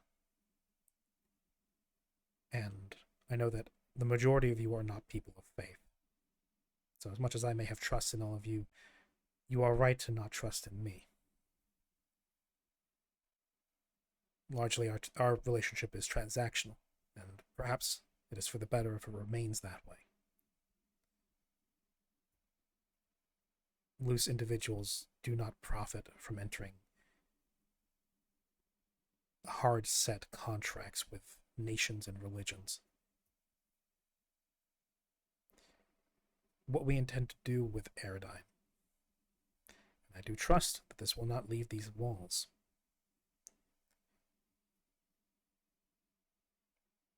is eliminate the people who are bad for its health. It is difficult to undo generations of misinformation and harmful education. And that is a consideration for the future. The people of Aerodyne have been kept willfully ignorant to both the larger world, to the greater machinations of Aerodyne itself, and even to their own history. The nation itself is something of a blackout zone. The state religion and their own inquisition keeps a very tight hold on their people.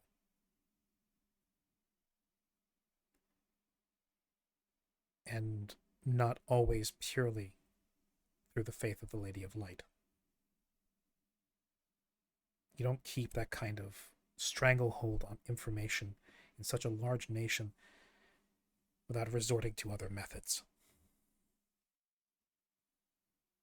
In fact, some of my agents have been talking about devil deals within the nation of Aerodyne. That is concerning.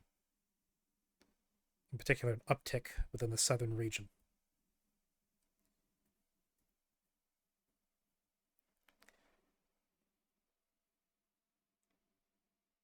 The peasantry and the citizenry have been carefully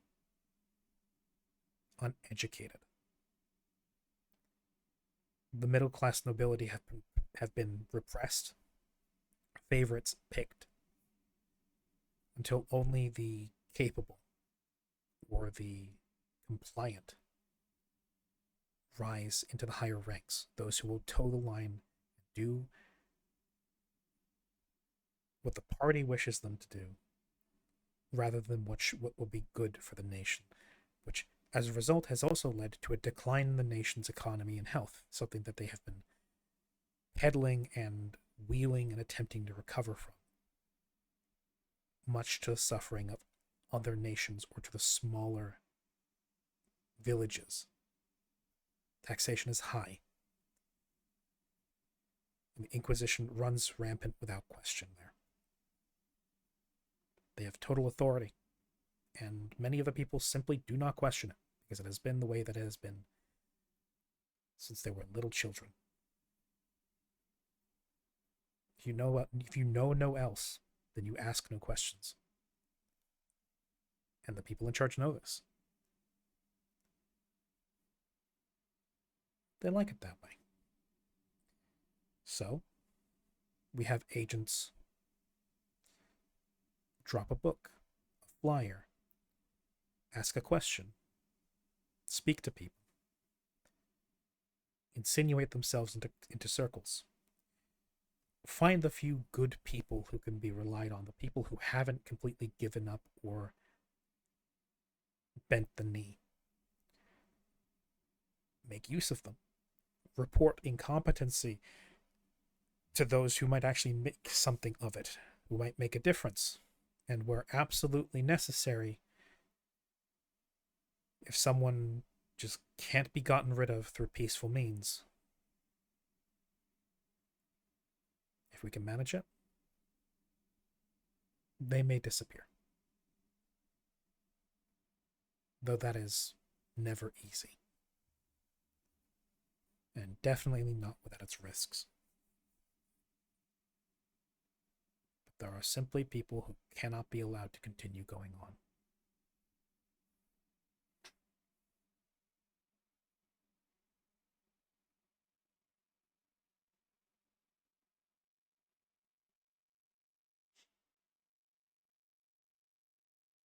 I know for some of you that may be distasteful.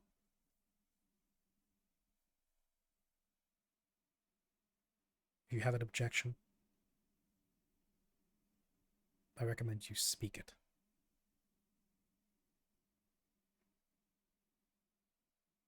Or cast no judgment at all. I have 2 questions. As do I. Our time here is not infinite. We are running short. But I have time for questions.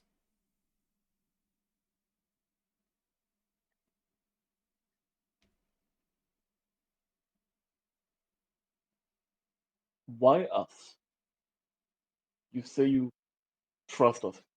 You trusted us enough to risk war with Aeroline. And why tell us all this?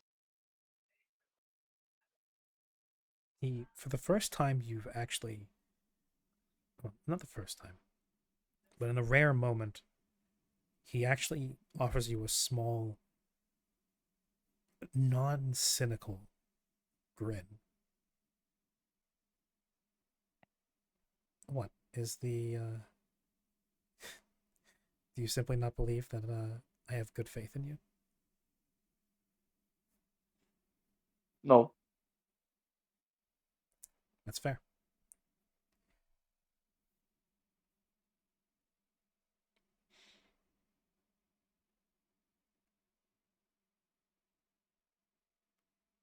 Because of the That's not all. achievements you've displayed. And not just that, the character you have displayed.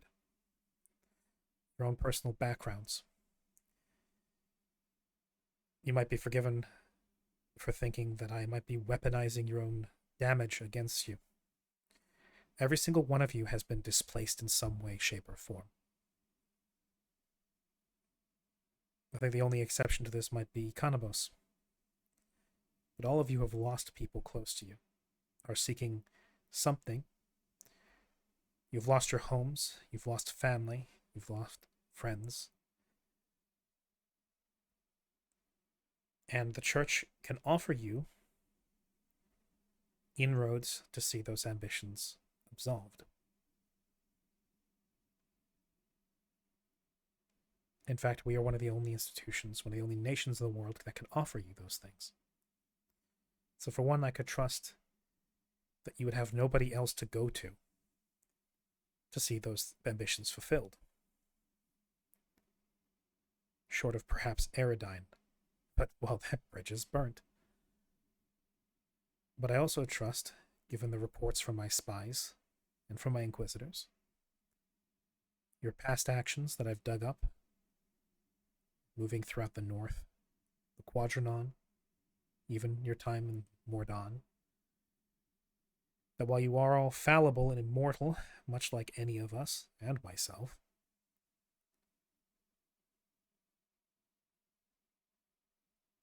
you trend towards trying to make things better. You were all bound together first by a mercenary contract. But you didn't stop that. that you didn't let that stop you from going that extra step. Now a small village that would have died out within months, whether sacked by vampires or killed by creatures, marauding troglodytes, as I've been told, it now thrives and promises to become a very prosperous mineral trading town and trade route into further colonization. That would not have happened without you. And I dare say most military or mercenary bands would have either not been capable of doing so, nor would they have hung around for long enough to see it through.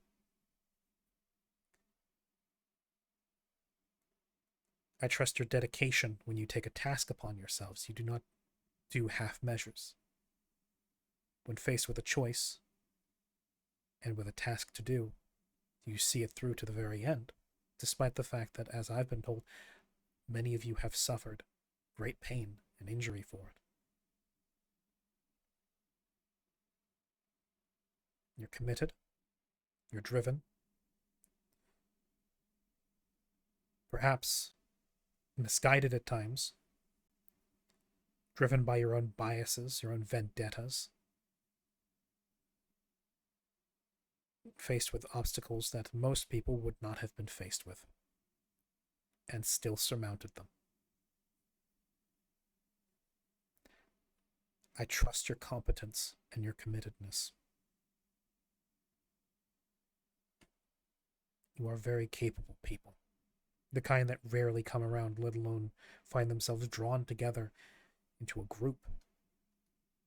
Individuals like yourself tend to just spend their time marauding around, drifting from place to place. Not doing very much, not affecting very much. But here we have a man wishing to found a kingdom, and many people wishing to help see that through. A man that wishes to bring back his mentor. Another one who wishes to see his crew reunited to create a great new pirate band that may become another scourge upon the sea.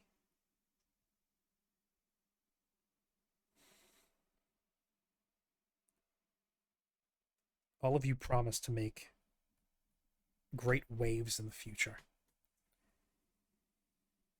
And as someone who is in command of what some would say the most powerful nation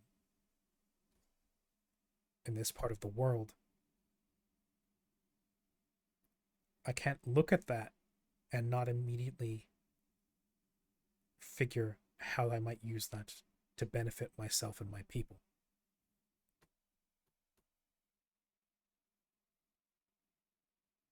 We're all very useful, and more than useful. Our objectives align. That I trust more than anything. I don't think, beyond disagreements of faith, any of you have any strong reason to find issue with the nations of the Gadsrich Isle. Do you? Unless I'm mistaken. Can't say. I've I not don't had think much so. experience. Maybe I heard a story or two from there, but nothing personal. We wish to see Eridine righted.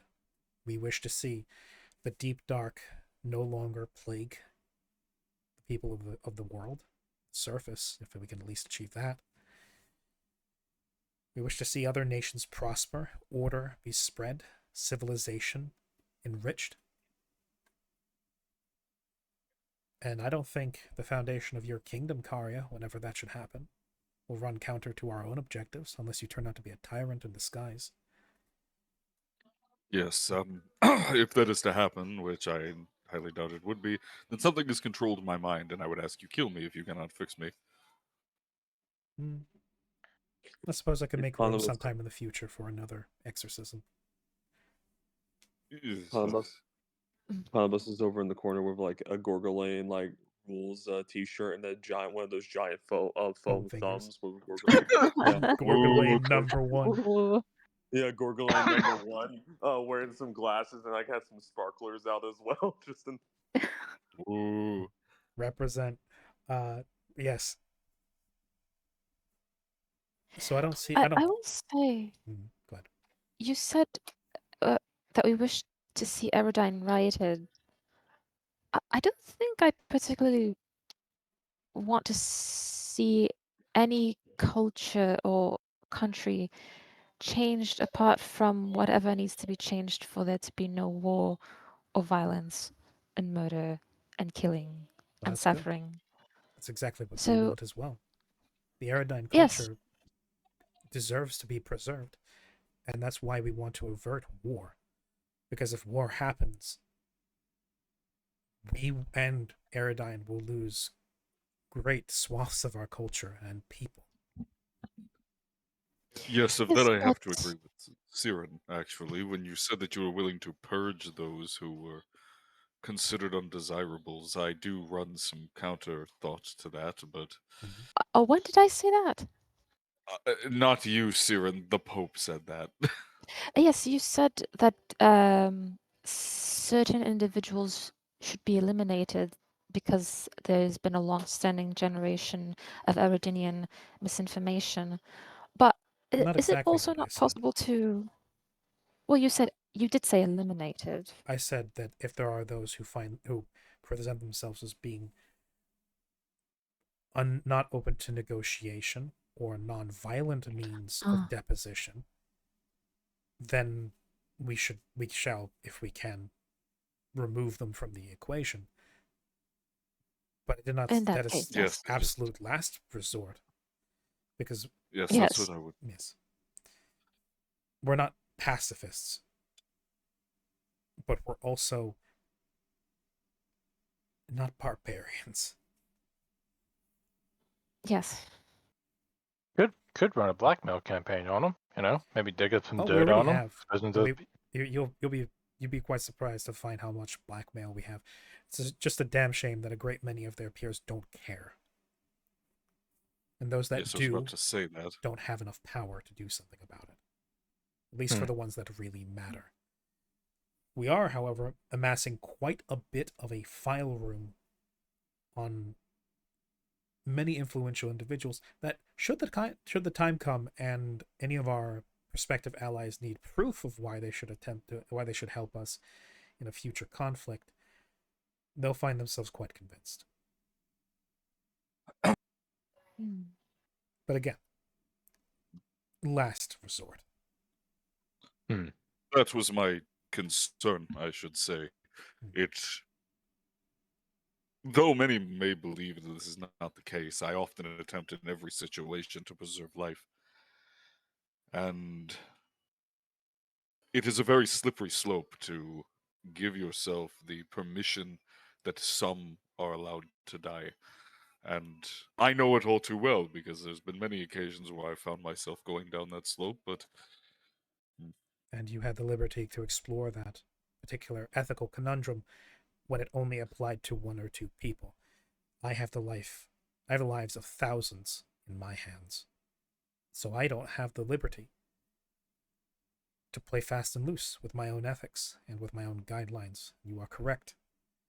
The moment I start making excuses or I start telling my followers that there are acceptable targets, for every acceptable target that is labeled, the criteria gets a bit looser. Well, first it might be a cardinal that was known to be corrupt, abusive, embezzling, and completely unrepentant in the monstrosity the monstrous actions he perpetrates. Then it might be one of the educators. She whips students when they disobey or they question the doctrine. She abuses her authority liberally.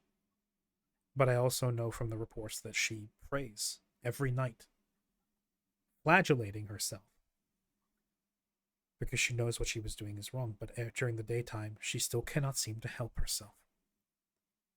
Should we kill her? And then should we kill? Should we simply assassinate or lynch every authority figure that abuses their position of power? What then? The slippery slope is exactly that, is an argument that is often prone to fallacy, but it also stands to make a point.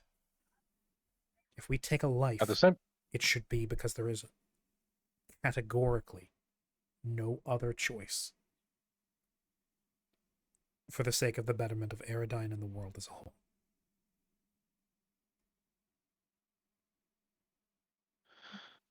At the same time, though, and this is a sort of a turn of phrase, if you're sending fire their way, who's to say they won't return fire, you know? If you're willing to go out of the way to assassinate some of these leaders, who's to say they won't repeat it in kind? They do. We have agents in their numbers, and they have them in ours, without a doubt. We regularly find moles and plants within the structure of all of the nations. There is a cold information war happening on both sides of the border. It is a polite fiction when we meet each other in the diplomatic chambers and we pretend we're not spying on each other, or sizing up which targets in our social structures to take out next with blackmail or assassination or smear campaigns, public dissemination, stirring unrest. The unfortunate truth of running a nation is that these things happen. And simply sitting and taking it only results in watching your nation degrade around yourself. We hold ourselves to certain restrictions, certain strictures. But as much as we might be the reigning spiritual leaders within the region, we are no less or no more above such things than they are. They regularly spy on us. And there are times where we find out that one of our people might be a guard in a town, it might be a local forge smith, it might be a fruit vendor, it might be a cardinal. We find their body somewhere, and their replacement, who has been operating within our nation undiscovered for months or even years, gone the next day.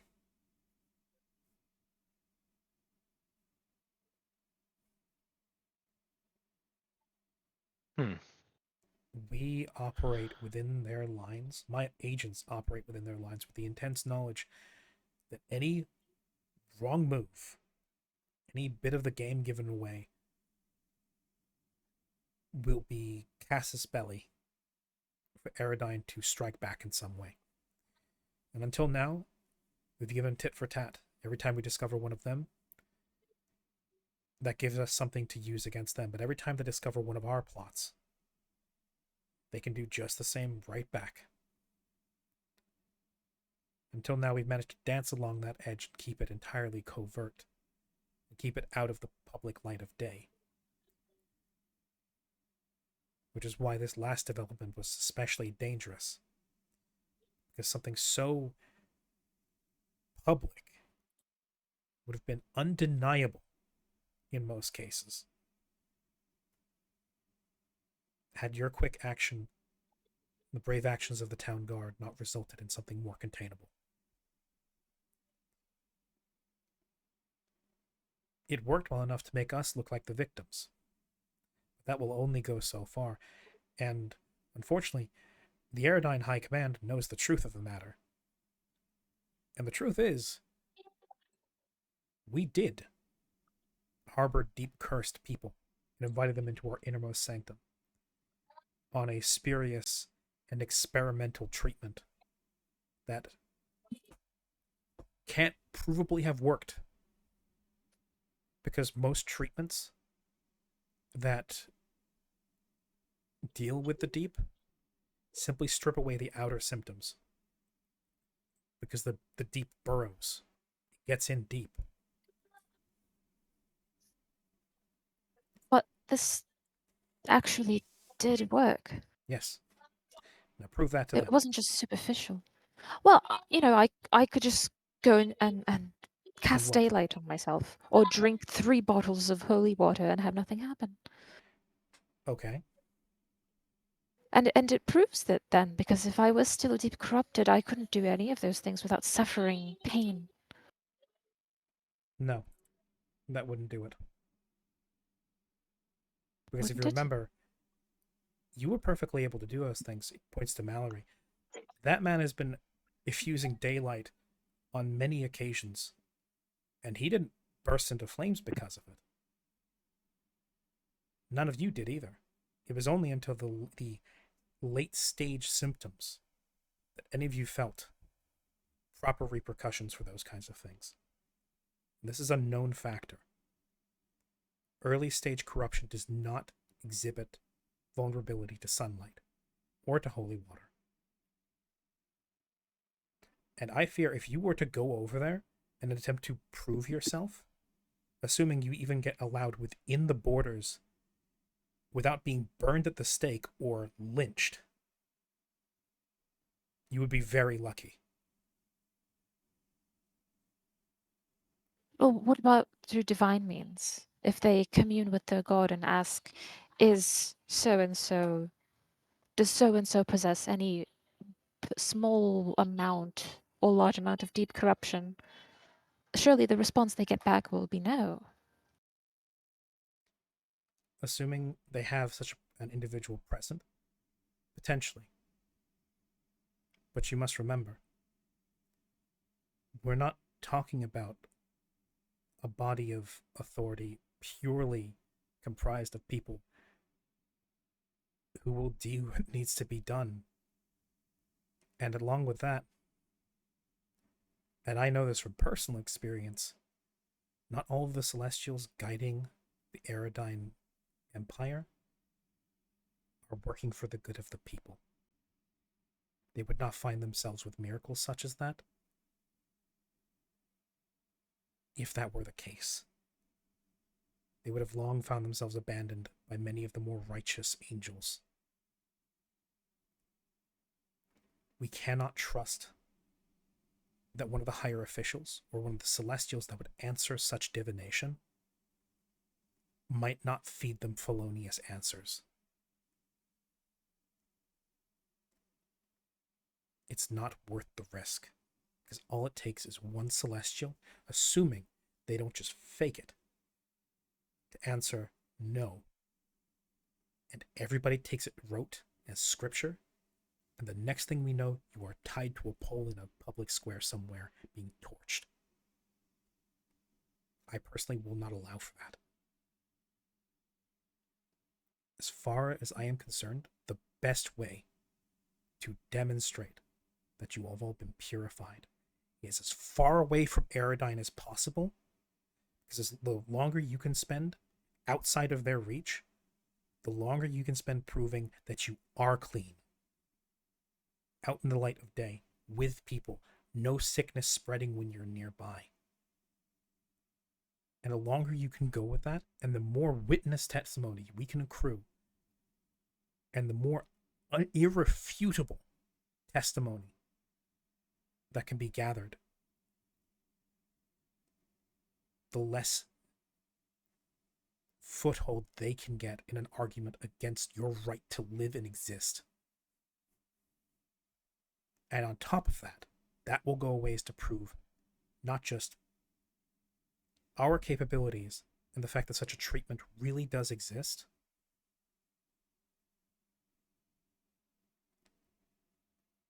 it could go even a ways to exonerate us, hopefully, finally, either force the figures of authority within Aradine who are corrupt to back down, and for the capable ones to finally shout them down, or worse comes to worst, it might incite a civil incident. But I don't think you walking into Aradine and going, "Test me," is going to end in anything but tragedy. Because for all we know, you may find yourself lowered into a pond. Right. Unfortunately, we cannot engage with Aradine on good faith. Not because there aren't real people there with real faith who try and see it done properly. Their ranks are simply too saturated with people we cannot trust.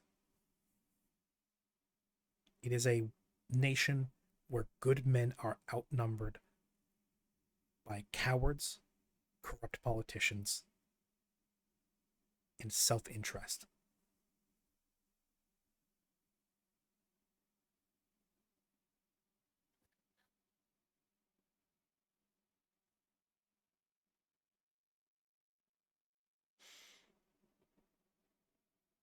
Any further questions? No, I have none. I'll Vark, go nothing. you said you had multiple questions?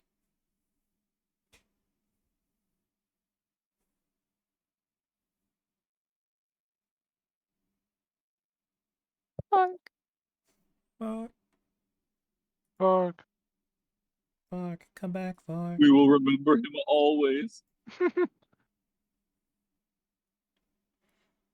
I will remember you. Mic's not working. Oh dear. Oh.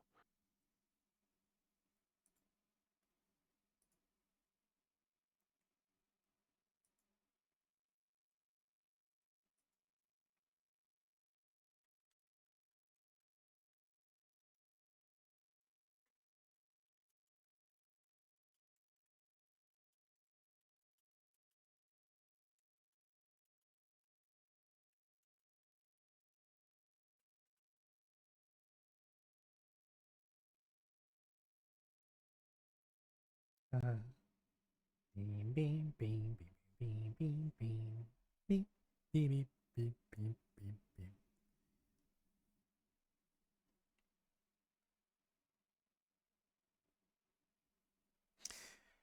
You told us of your plans. You contemplated doing so. You told us you trust us. What then, assuming we agree and accept to help you, would you have us do?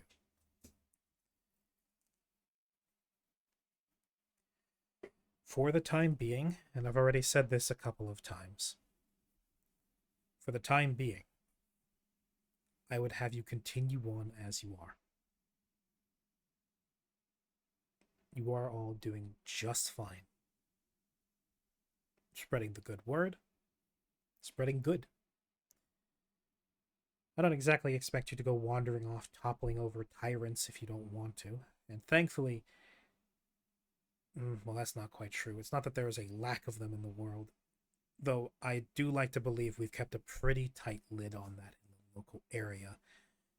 Aradine being a notable exception, and the duchies are a bit far removed. But once we're finished with Aradine, hopefully we can do something about all of that.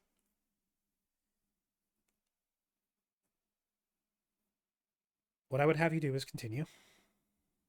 Do what you feel is right, wherever the winds take you. The angels and the gods, well, they like to put their fingers wherever they like. And I have zero doubts that they'll make it known, or not known, when they wish to push you down a particular path of action. Frustratingly manipulative and meddlesome as they are, he casts a glance around to the angels flittering around his desk and in his office space. These ones, well, at least one of these ones, was so bold as to interrupt me one day during work and tell me I was suddenly Pope. I was not enthused. But they made it abundantly clear that if I didn't take the job, someone else would be voted in, and they would be far less capable than I would. As infuriating as they can be, the angels tend to have very solid judgment. They tend to be very good judges of character. At the very least, they were right when they said I was probably the best one for the job. Though they didn't say anything about necessarily my character or my morality or even my charm. Not that it particularly mattered to me. I was not chosen for being pious, I was chosen for being capable.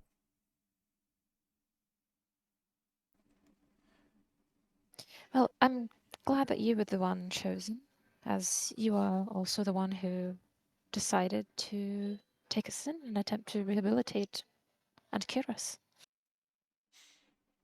So I'm personally forever in your debt, and you and the other priests who helped with the ritual are always in my prayers. Gratitude is appreciated. In the future, we may call upon you. As it is right now, we cannot risk you being within the papacy for much longer. You guys need to go out and make a name for yourselves. You need to spread the word, spread your story. Make it known that not only are you clean, but your force is for good, and that removing you and launching a crusade against you, even outside of where we may reach you, is not only a bad idea, but would be directly in the disinterest of many interested people. And so I recommend you make lots of friends while you're out there. The more barriers you can put between yourself and Aradine, the better. If everywhere you go, you have friends, Aradine will not have a foothold to launch a crusade against you. Make friends, make lots of money, armor yourselves, make that ship a floating fortress if you have to. Give Aradine no inch to neither declare you its enemies any longer, nor an inch for any enemy you may have in the future to think that they can take you lightly. Become formidable. Damn straight. Become legends. No small amount of the angels that whisper in my ears predict that sometime in the future, should you have the dedication, you will become forces of nature in this world. And while their prophecies may not always be accurate, they are rarely entirely wrong. So he leans forward on his desk, planting his elbows and steepling his fingers. So do what thou wilt. Become titans. Squash your enemies. Elevate your allies. And one day, we will ask a favor of you. Right now, anything we could ask of you will hold you here over long and only put you and us at risk.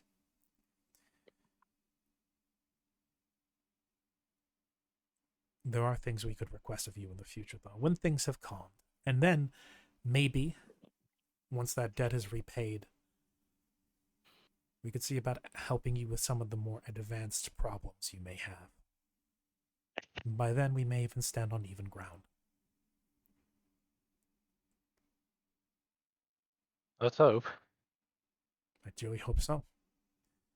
Let's It hope, is yeah. a frightening prospect to know your potential. As rarely there are things that are entirely outside of my control, or at least some level of ability to influence. And knowing what you may become in the future, you may very well simply have the power to turn around and say no to me. And I know this. And that does concern me. Because useful things that I cannot control tend to run a bit counter to my nature. And that's again why I put my trust in you. Because when the time comes, and I ask, and not demand, I hope you will say yes. What would you ask of us? I don't know. Right now, there is nothing that I could potentially need such a favor for that wouldn't be a complete waste of it. And besides which, I think that favor is best cashed when you are all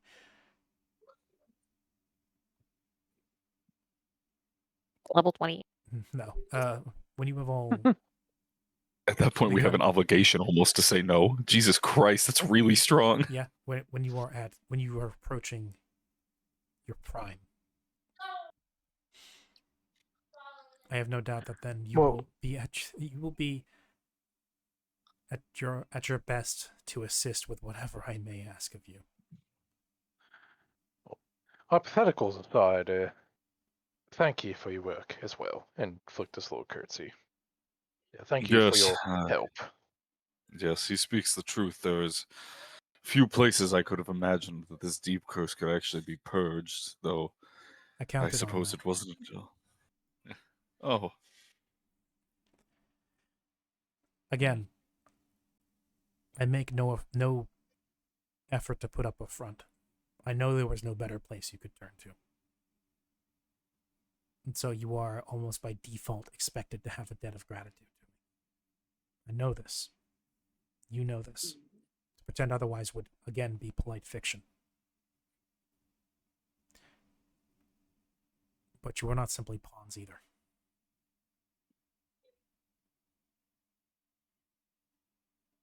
So again, do what you will. We will watch you with great interest.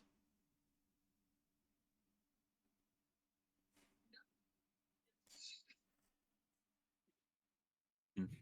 And Vark.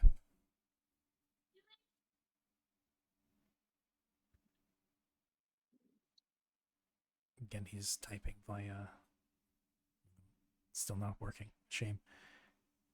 Press it though. Okay. One of my advisors has told me that you inquired about resurrecting your master. This was already known to me. But she tells me you still express an interest.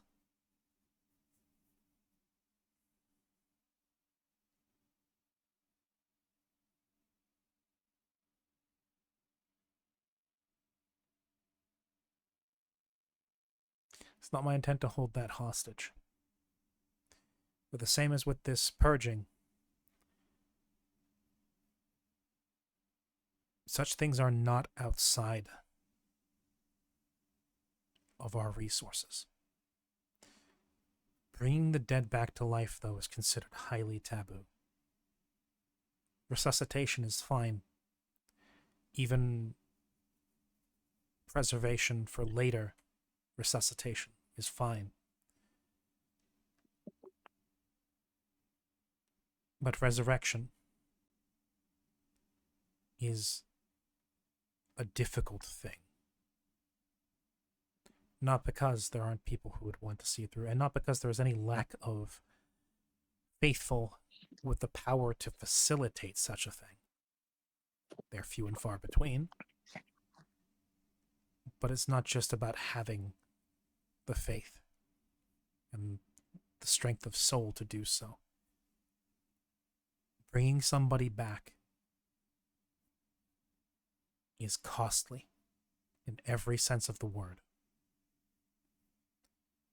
It could take your soul. It could take your body. it could exact some other esoteric form of price. It could simply require proving to whatever power presides over her soul and convincing that it should let her go. Because once a soul has left the body, it becomes part of the greater Ethereum. And gods are not wont to let go of their faithful that have passed on. I don't know what price whatever power presides over Lydia would exact from you, but I would think that over very carefully. And I would be very careful no matter what you do. Because some powers are ruthless. And no god is without agenda.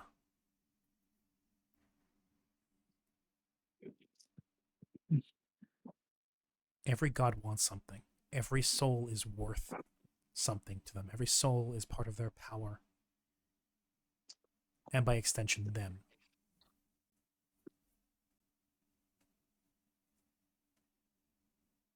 So you'd have to give them something they want in return. Or somehow convince them letting go of them for a time until they die once more is worth it more to them than handing it back to you. Is it worth more to them than simply holding on to that soul? It's more than just a prayer. It's a tribunal. And your soul and theirs would be on the line. So be very careful. As for how much of today's conversation is secret, all of it. I think it should be fairly common sense that most of what we, if not everything we have discussed today, should not go past these four walls, except to those you trust implicitly. And if so, then make it abundantly clear to them that they should share it with nobody. You do not know where the agents of Aerodyne are located. You do not know where they have insinuated themselves, how far away that their fingers reach. One word breathed of our plans, of your secrets, of your own ambitions, could lead to terrible consequences down the line. If they find out you wish to resurrect one of your people, they could hunt you for apostasy instead of corruption. If they find out your hopes for founding a new church, if they find out whatever other things they have, if nothing else, even if it doesn't give them reason to attack you, it gives them more to work with to predict and preempt you.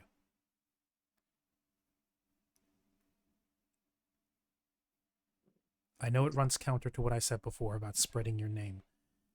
But if you can manage it, the less Aerodyne knows about you, beyond the good image you present in the future,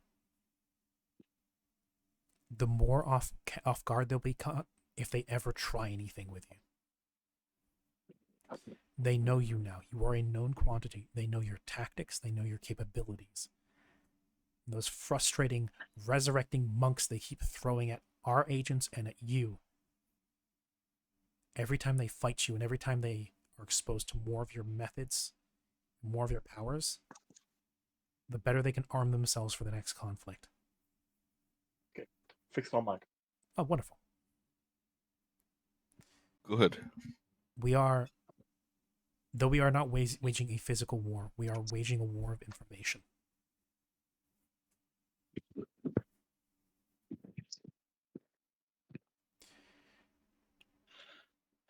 The closer you And play that your would hand to be- your chest, the harder it will be for them to fight you. The more you leave them guessing, the less likely they may be able to try something if you leave them uncertain.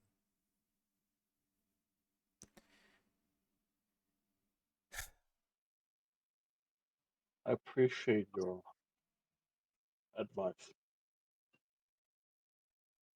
Maybe Kenneth in return. I am not privy to as much information as I would like to have. I am aware that I am dealing with practices I don't know much of anything. What I believe, however,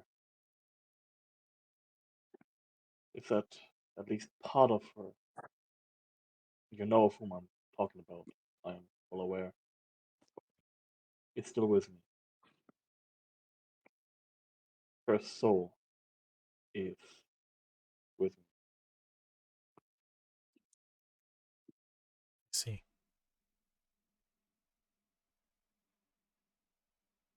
That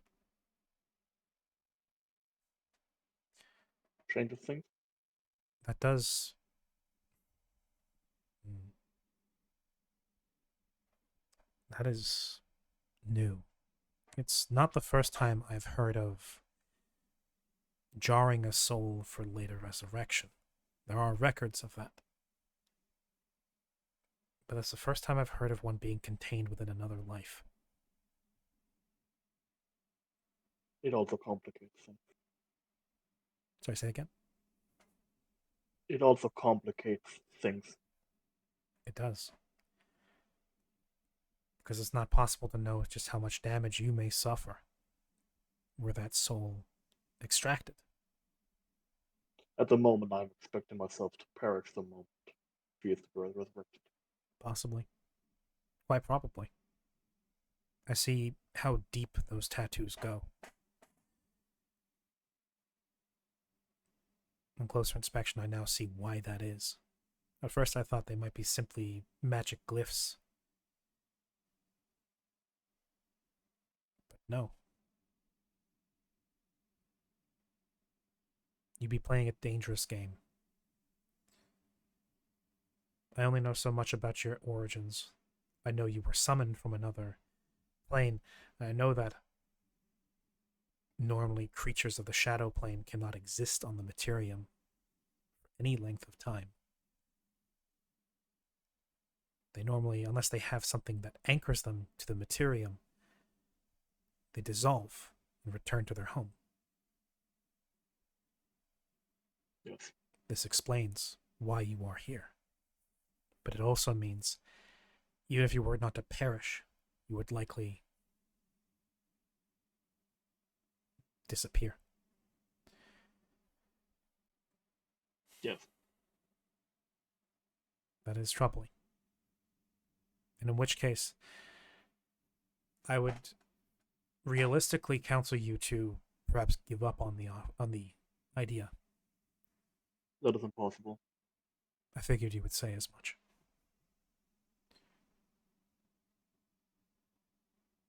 I understand Lydia was stubborn, and she may have passed that along to you.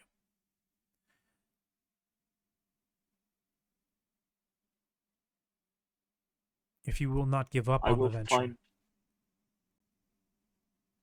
and you insist on putting yourself at such risk, I would counsel you then to look into options for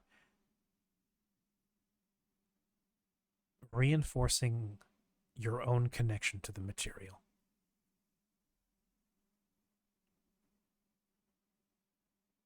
In essence, prove the world that you should exist in some way, shape, or form, so that without her soul binding you here, the laws of the world will not simply seek to correct your presence here. I have a plethora of ideas as to how I might accomplish what I want to accomplish. Well, whether it is possible or improbable, it's a different matter altogether. I have no doubts that you will Having said pursue that, your study into that.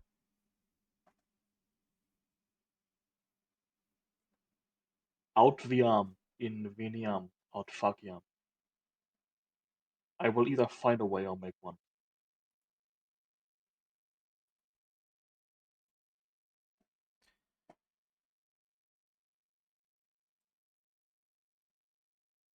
I will not stop, no matter what or who tries to stop me. I wish I had more people like that in my employ. More people like you, all of you. I mean it when I say there are rarely people so driven and so motivated. Though perhaps that is for the best, as I don't think all of you are quite taken with taking orders from figures of higher authority. I mean, I do with me old man, before he passed away, and to do with my sister for a time, but that I don't. that's another kettle of fish. I don't see you working well under a religious organization. Oh no, yeah, no, I do not work. I do not work with. Don't exactly work under religious institutions. It's not my forte. I figured. I also figured you probably weren't one for paperwork. Flixier's just kind of tilt to the side. And he shakes his head, says, "Nope, not particularly." I thought not. Seems to give a mirthless chuckle at the prospect. Swordsman doing paperwork. Mm-hmm. You have a pen. Anyway. He's right, I do have a You've got pen. several pens, yes. But the one would only really stain the paper. Now then, unfortunately my free time is at its limit. I am expecting more people in, and unfortunately, a few nations have already gotten wise and are coming to ask questions about what happened at the port. And about sightings of seeing you all approach the gates of the seat. Your arrival did not go entirely unnoticed, nor did, and I don't want to make a point of this, nor did the large dragon flying around the mountain. Yes, I apologize for that. I'm going to be quite honest. I don't even necessarily care about the fact that you did that and that you scared half of my population nearly to death. Is the fact that after we went through all the pains of curing you, you nearly splattered yourself against the side of my mountain. Ah, yes, see, that was the hidden part that I didn't want to tell people. He's not quite intelligent. No, that's not true. But Flick just puts his hands on it. Yeah, Flick just puts his hands on his hip and just turns the Karia silently. I'm not surprised. Would have been. I cannot tell you how much of a waste of an investment that would have been. That's what would have made me angry. Yes, I suppose that makes fair sense. And you, Vark, when I heard tell from one of my guards that they saw you hitching a ride on a wagon into the nation after being told explicitly to stay on the mountain. Specifically because we want to tightly control the flow of information about your whereabouts and your recovery. But what's done is done. And again, I'm not going to make a point of it. In the future, though, if I ask you to do something, please trust that it is for a reason. Thankfully, this shouldn't need to be a problem anytime in the future, because our time has come to a close. You have places to be, people to kill, and legends to tell. And I have one more question. Lots and lots of paperwork to fill. You have 1 minute.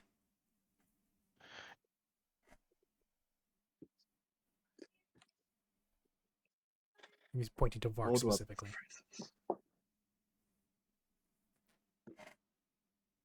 I do not do this to put pressure on you, but I have dignitaries waiting for me. How did you come to be so shrewd? Are you commenting on my height or my temper? You're businessman-like acumen. Because that's what I was. You always... When the angels plucked me up out of my workplace, I was a quartermaster and a logistician for a trade house in Becca. I was a middle manager. I was a middleman paper pusher, faced with endless incompetence from above and people that could not take instruction from below.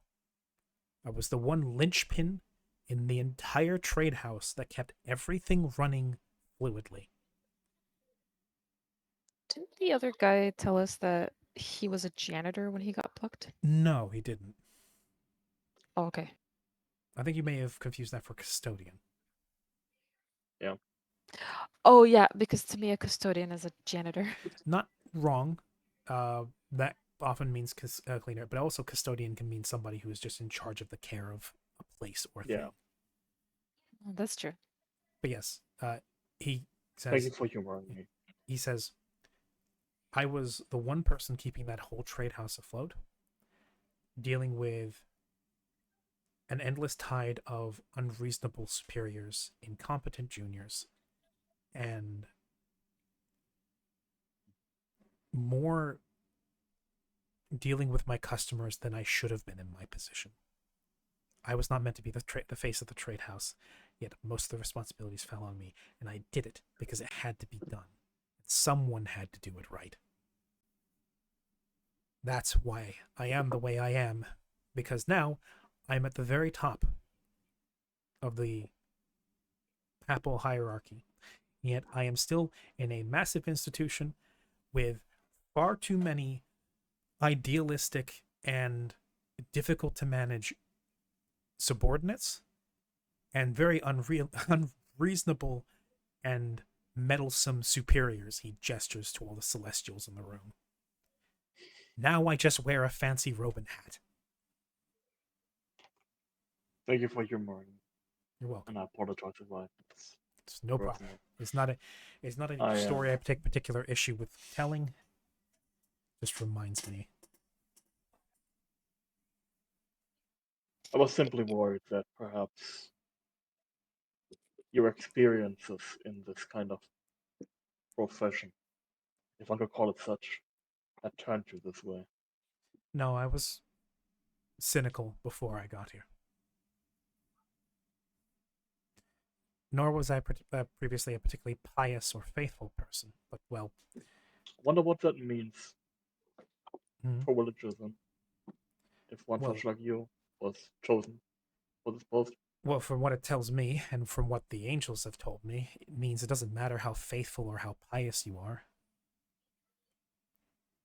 necessarily to be good for a faith, or to be the person that needs to be in charge of things. What matters is your committal and your willingness to see things through. I was chosen again for my competence, not my faith. Was you were the right man at the right time?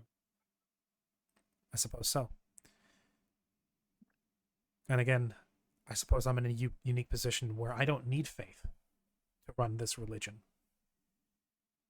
Because I can take one look to the left and have immediate visual proof that angels and gods exist.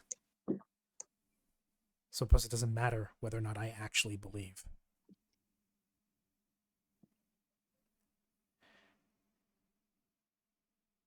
If only many of my predecessors were the same. But they were elected from perspectives of the nations.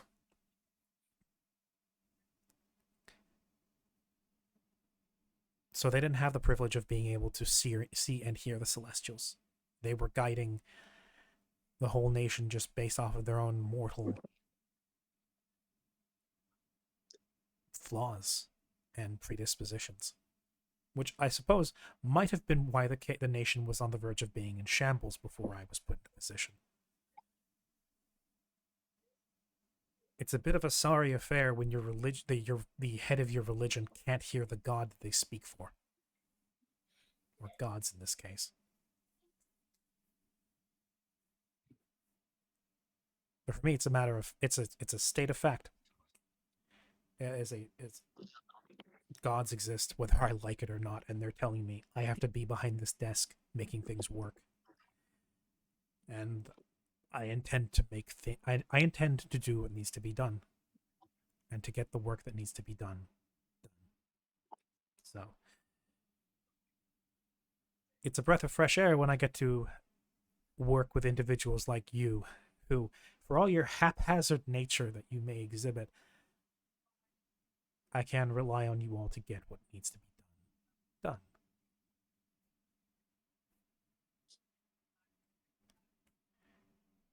And that is, I think, my version of having faith. I don't put my faith in the gods. They don't need it, and I don't intend to give it. I like to put my faith in my people. Especially the people who deserve that faith. And I think all of you have more than earned a little of that.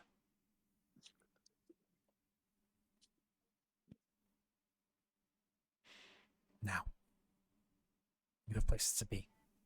I have work to do. Yes. Yes, it's off to Haven then. One more thing before you leave. Hmm. You As have you- 1 minute. I'll need 10 seconds.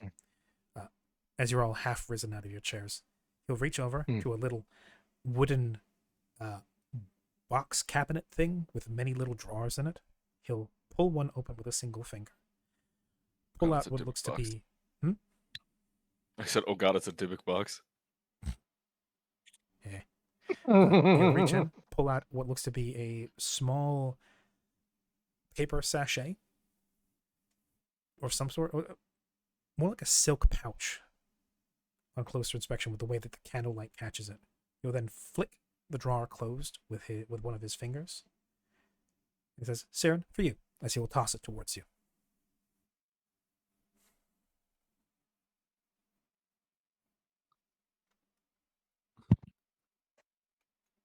Siren, what's in the box? Oh, sorry. I was responding to Addie. There's a box? Well, he Well, re- more he so a opened up a pouch. little. He opened up a little drawer in a small cabinet. Pulled out what looks to be a silken pouch, flicked the drawer closed, and then tossed it towards you. Oh, Little silk pouch lands in your hands. She will hold it, kind of try and feel it through the fabric to try and guess what it is. And Feels then crunchy. crunchy. It's my favorite Well, blend. she opens it. Is it tea? It is. Yeah! Holy tea! And she holds it above her head like Link acquiring a new weapon. Da da da. I Da-da-da-da. got a tea. I hope you enjoy that. Thank you. I will thoroughly. Thank you, Your Holiness. All it took was bribing you to show deference to me. Can't get any respect out of children these days. Go on. You have a whole lifetime ahead of you.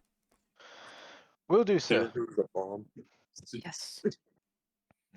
Also, if you see me coming back around and asking to do paperwork, assume I've been taken by a doppelganger and been captured and held in a prison I'll somewhere. have you beheaded on sight. Thank you. Take care, my I'm lord. glad we're all on the same page. Take care, your worship. Oh, good. Now I've got to start plotting how to kill each and every one of you in the case of subversion.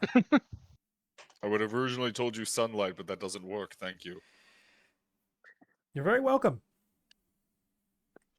At which point, I assume you will all make your way out of the office.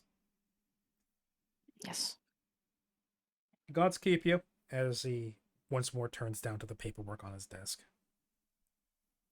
And the doors Amen. shut behind you as you say amen. The priest that has been waiting outside the doors, the one who guided you here, says, "The next delegation will be through shortly. We should move quickly.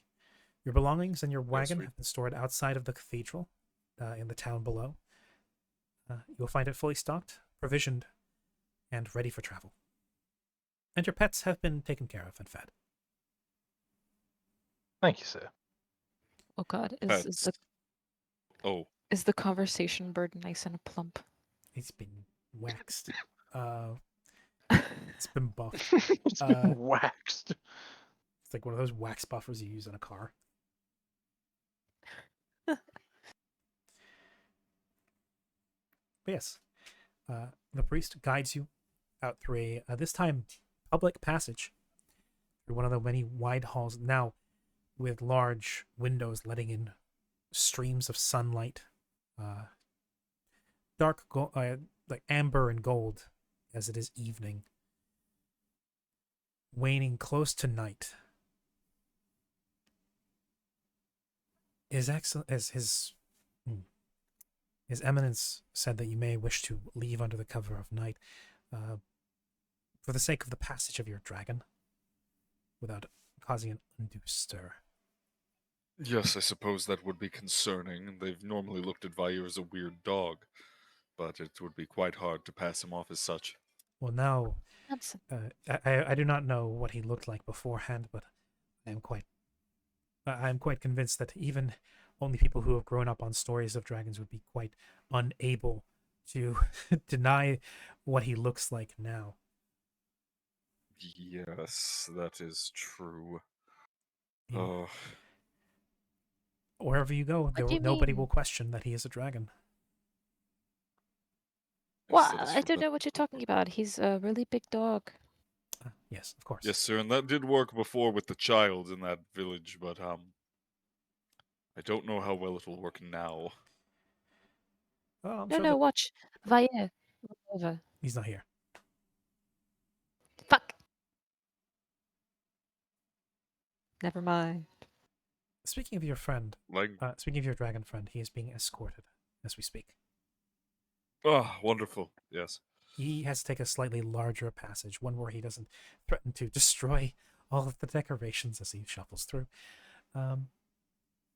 Yes. Now, as he finally brings you to a large set of double doors that lead out into the open air, to the cobblestone road, a wider one that leads, as most of you know, to the town that is attached to the cathedral. One that goes down the slope along the side of the mountain. It is built into switchbacks and into the very face of the ridge itself.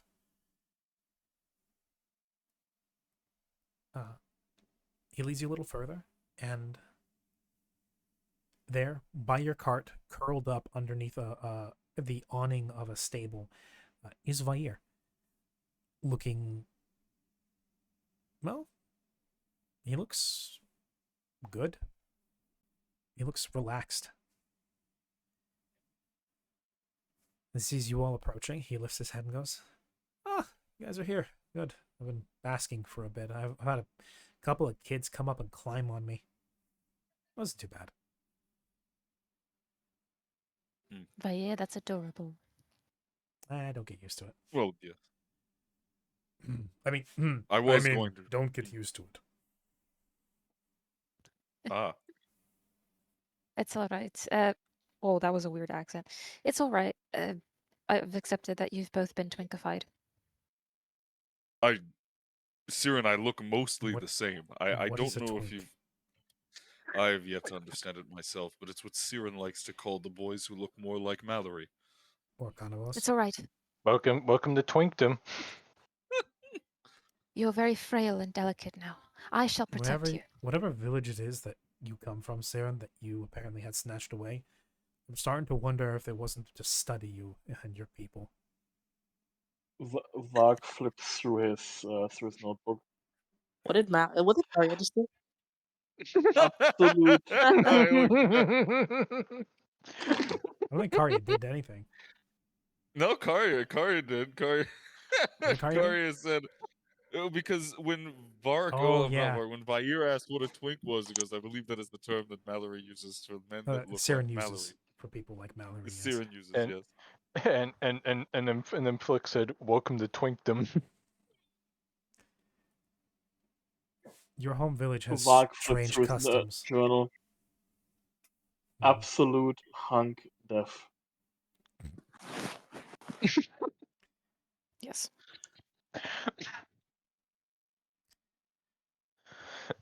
Hey, why are you calling my masculinity into question otherwise, besides? We want to get going? Yes, Yeah. I believe that would be for best. Yeah, Cool. next stop, Haven. No, here's Next up, the... the nearest harbor. Yes. Then to Haven. Back to Yes. Bellafini then, I think. Yes. That's right. We're gonna stop in Bellafini for stuff. Well, that's where the ship is. Question, though. We still have the horses. You guys still have the wagon. Where am I going to go? Am I just going to walk alongside? I can do that. Well, after some further thought, I'm pretty sure there's space in the in the below deck. They could But not probably at the fit in. ship. When we're walking, we're traveling Oh. on land. Oh. Yes, Because, that was something that I had hoped that we could remedy. I don't know how viable it is for you to. Well, yeah, we Walk. can't exactly well, I stuff you can in the walk back of the just cart. fine. I can walk just fine. In fact, I can stride better than the horses can. Yes, it's just a matter of distance. We do Yeah. usually move at longer periods of time. Maybe it just takes a bit for me to get used to it. I mean, I could fly, but most people are going to see a dragon. Yeah, and then we're gonna have a Well- repeat of what happened in what was it? Morbus. Yeah. Oh, Well, I God. mean, what Gods, if I you hope they don't shoot me flew- down. Yes, I would probably much not. prefer- Yeah, if you see lines of folks with muskets, yeah, no, steer clear immediately. Hmm. What if you flew high enough to where it was very difficult for people down here to see you, but you could still see the cart? He is a glistening dragon, sir, and those crystals are not for show. I mean, That's true. He's I very wouldn't be able to. glamorous. I wouldn't necessarily be able to see the wagon, but I could try and stick around the clouds. Perhaps, or you just walk alongside the cart. Perhaps I could do that. Let's see how far deeper it in can the take me. foliage. Maybe if I get too tired, I can take to the skies. Yes, that is true. I'm working on theories on what I can do to better assist you with that. I know that there were some dragons that could turn into a more humanoid form. I know that there are probably spells out there I could learn, but There well, probably I are. don't know exactly what to do with us. I One was thing that I barely haven't gotten from all schizo- of this is any feeling that I have any magic. Same as before, I don't really have any spells I can cast. Not that none that you can't. Yes. Yeah, we can always look for something. We're going through Haven. Maybe there's maybe something we can buy. Let's see how. I'm pretty sure there might be some sort of a magic shop here and there. Some to buy your incantations. Worst case scenario, we have Chaiko. She's made That is crazy true, things. Chaiko. She made a person. Yes, but she doesn't really remember how she made that person, to my understanding. Right, yeah. Which Maybe is, maybe- from the contrary, you know, normally you do remember how you make people. in Kanabos's head, Polari just says, unless he got drunk the night before. I give him the telepathic or the psionic slap. Just there's just a whap, and then just in the back of your head there's a whap and a cry of pain, but also a somewhat evil chuckle. It's a cartoon sound effect. Sound of a slapstick, and then just like ow. Oh, let me try again. Ow. so he gets wildly coyoted in my mind. Like I just get rid of the psionic floor. Acme. We got the Acme slap paddle. Also, I'll be right back again. Oh, good. Yes, But indeed. yes. So Vair hefts himself up. You guys get the mammoth horses reattached to the wagon.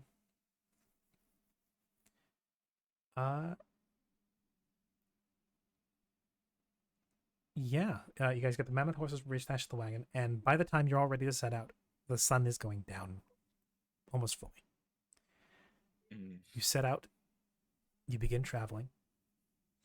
Before long, you made your way down the mountainside and back onto one of the major highway roads that will lead you back to Bellafini. I won't, because you're not currently going through an active chase. Unlike before, I'm not going to have it go day by day. But over the course of the next week or so, it does take some time getting used to back in the fresh air, walking around, camping under the night sky. You all take a little bit to get used to the exerting yourselves out in the open again. Sometimes you need to walk a bit, especially in like when the ground gets muddy and the wagon threatens to get caught. Sometimes it's just nailing the spikes into the ground for the tents, but you all have recovered quite nicely, and it doesn't take overly long. But you do take your time getting back to Bellafini. And next session is when your crew will greet you. You'll load up on your ship, and you guys will finally set out to Haven. Beautiful. Very So, nice. A solid 3 hours, I think. Just about, yeah. Solid 3 hours of session. Thank you guys very much for being here. Thank you Thank for you, running. Governor. Thank you for running, buddy. Oh yeah. Next No session is problemo. when we really start off the next arc of the story, which will Yes. probably be a little more on the freeform side, because as much as we know that we're going to be going to Haven and then eventually to Firegrove, wherever you guys go, even before that or after that, is going to be pretty much up to party decision. We need to get prepared for Firegrove, and we need more money. That, yeah, I think I'm excited. I think probably, yeah, the biggest glaring weakness, if that you could call it that, in the party right now is that they are relatively underfunded. But that can be fixed. Yeah, we are. So get this. We open like a carnival attraction, and Vair is the ride. No. Hmm. I wonder if you can get the We parents to charge like sign 1 waivers. gold a person. Hear me out. We use your budding faith in the village in the north and make a religion ourselves. That's true. Nice. Then we profit off of it. That's genius. Ah, yes. It is I genius. could Start a use an cult. air conditioning in my doghouse. Yeah, I mean, who Okay. was it? Who was it that said? I think it was Hubbard, L. Ron Hubbard, who said, "If you want to make money, start a cult." No? Yeah, the founder Oh, of yeah. Scientology. What a coincidence! He was. Yeah, I was gonna say he was actually correct. I can't- Absolutely. What was the full quote? It was something write a science fiction novel. If you want to make money, start a cult.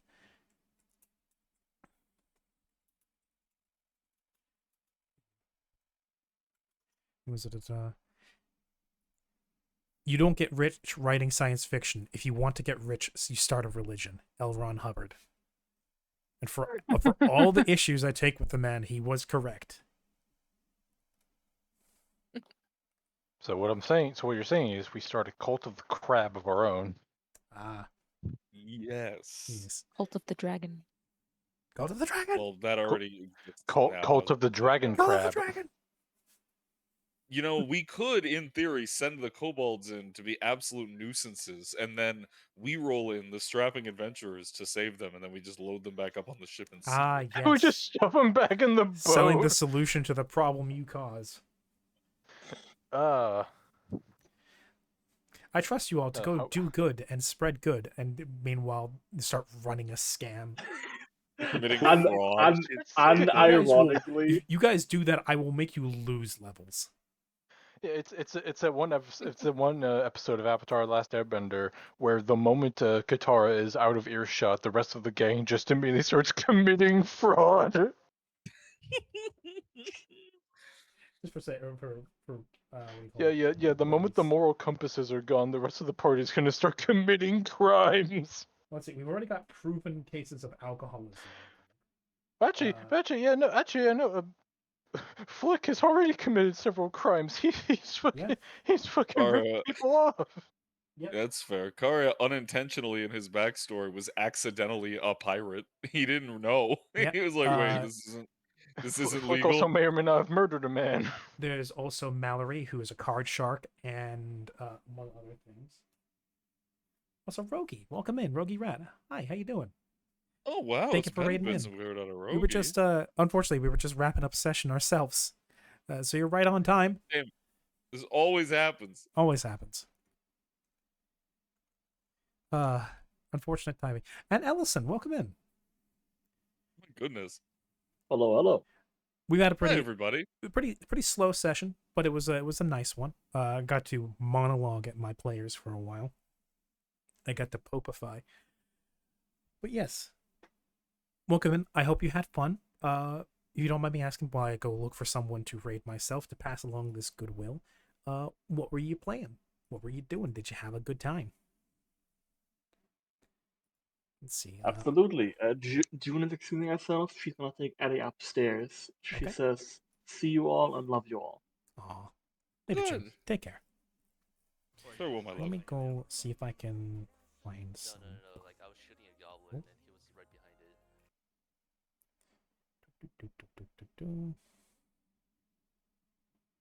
Playing Baldur's Gate, Red Dead Redemption. What? Luna's Live, Ebenito, Crimson Cleric. Junk is live. Huh. Yeah, let's throw some love towards an old friend of mine called Lady Asabat. Oh. Yeah, her name comes from the what do you call it? The Alice in Wonderland. The saying about the Mad Hatter. Blind as a bat, twice as mad. Or was it? Now that this thing, she knows it far better than I do. Old acquaintance of mine. I've been touching base with her more recently, and she's a wonder. She's a flesh tuber, as the parlance goes, but she is lovely. She's a big steampunk cosplayer, and also does a lot of Red Dead Redemption roleplay. Okay. And she's a very good role player, like really good. Just like when I do occasionally stop in and watch her role playing, I get sucked into her characters. She is a very dedicated. So yeah, one moment as I direct us her way. /raid. Lady Asabat. There we go.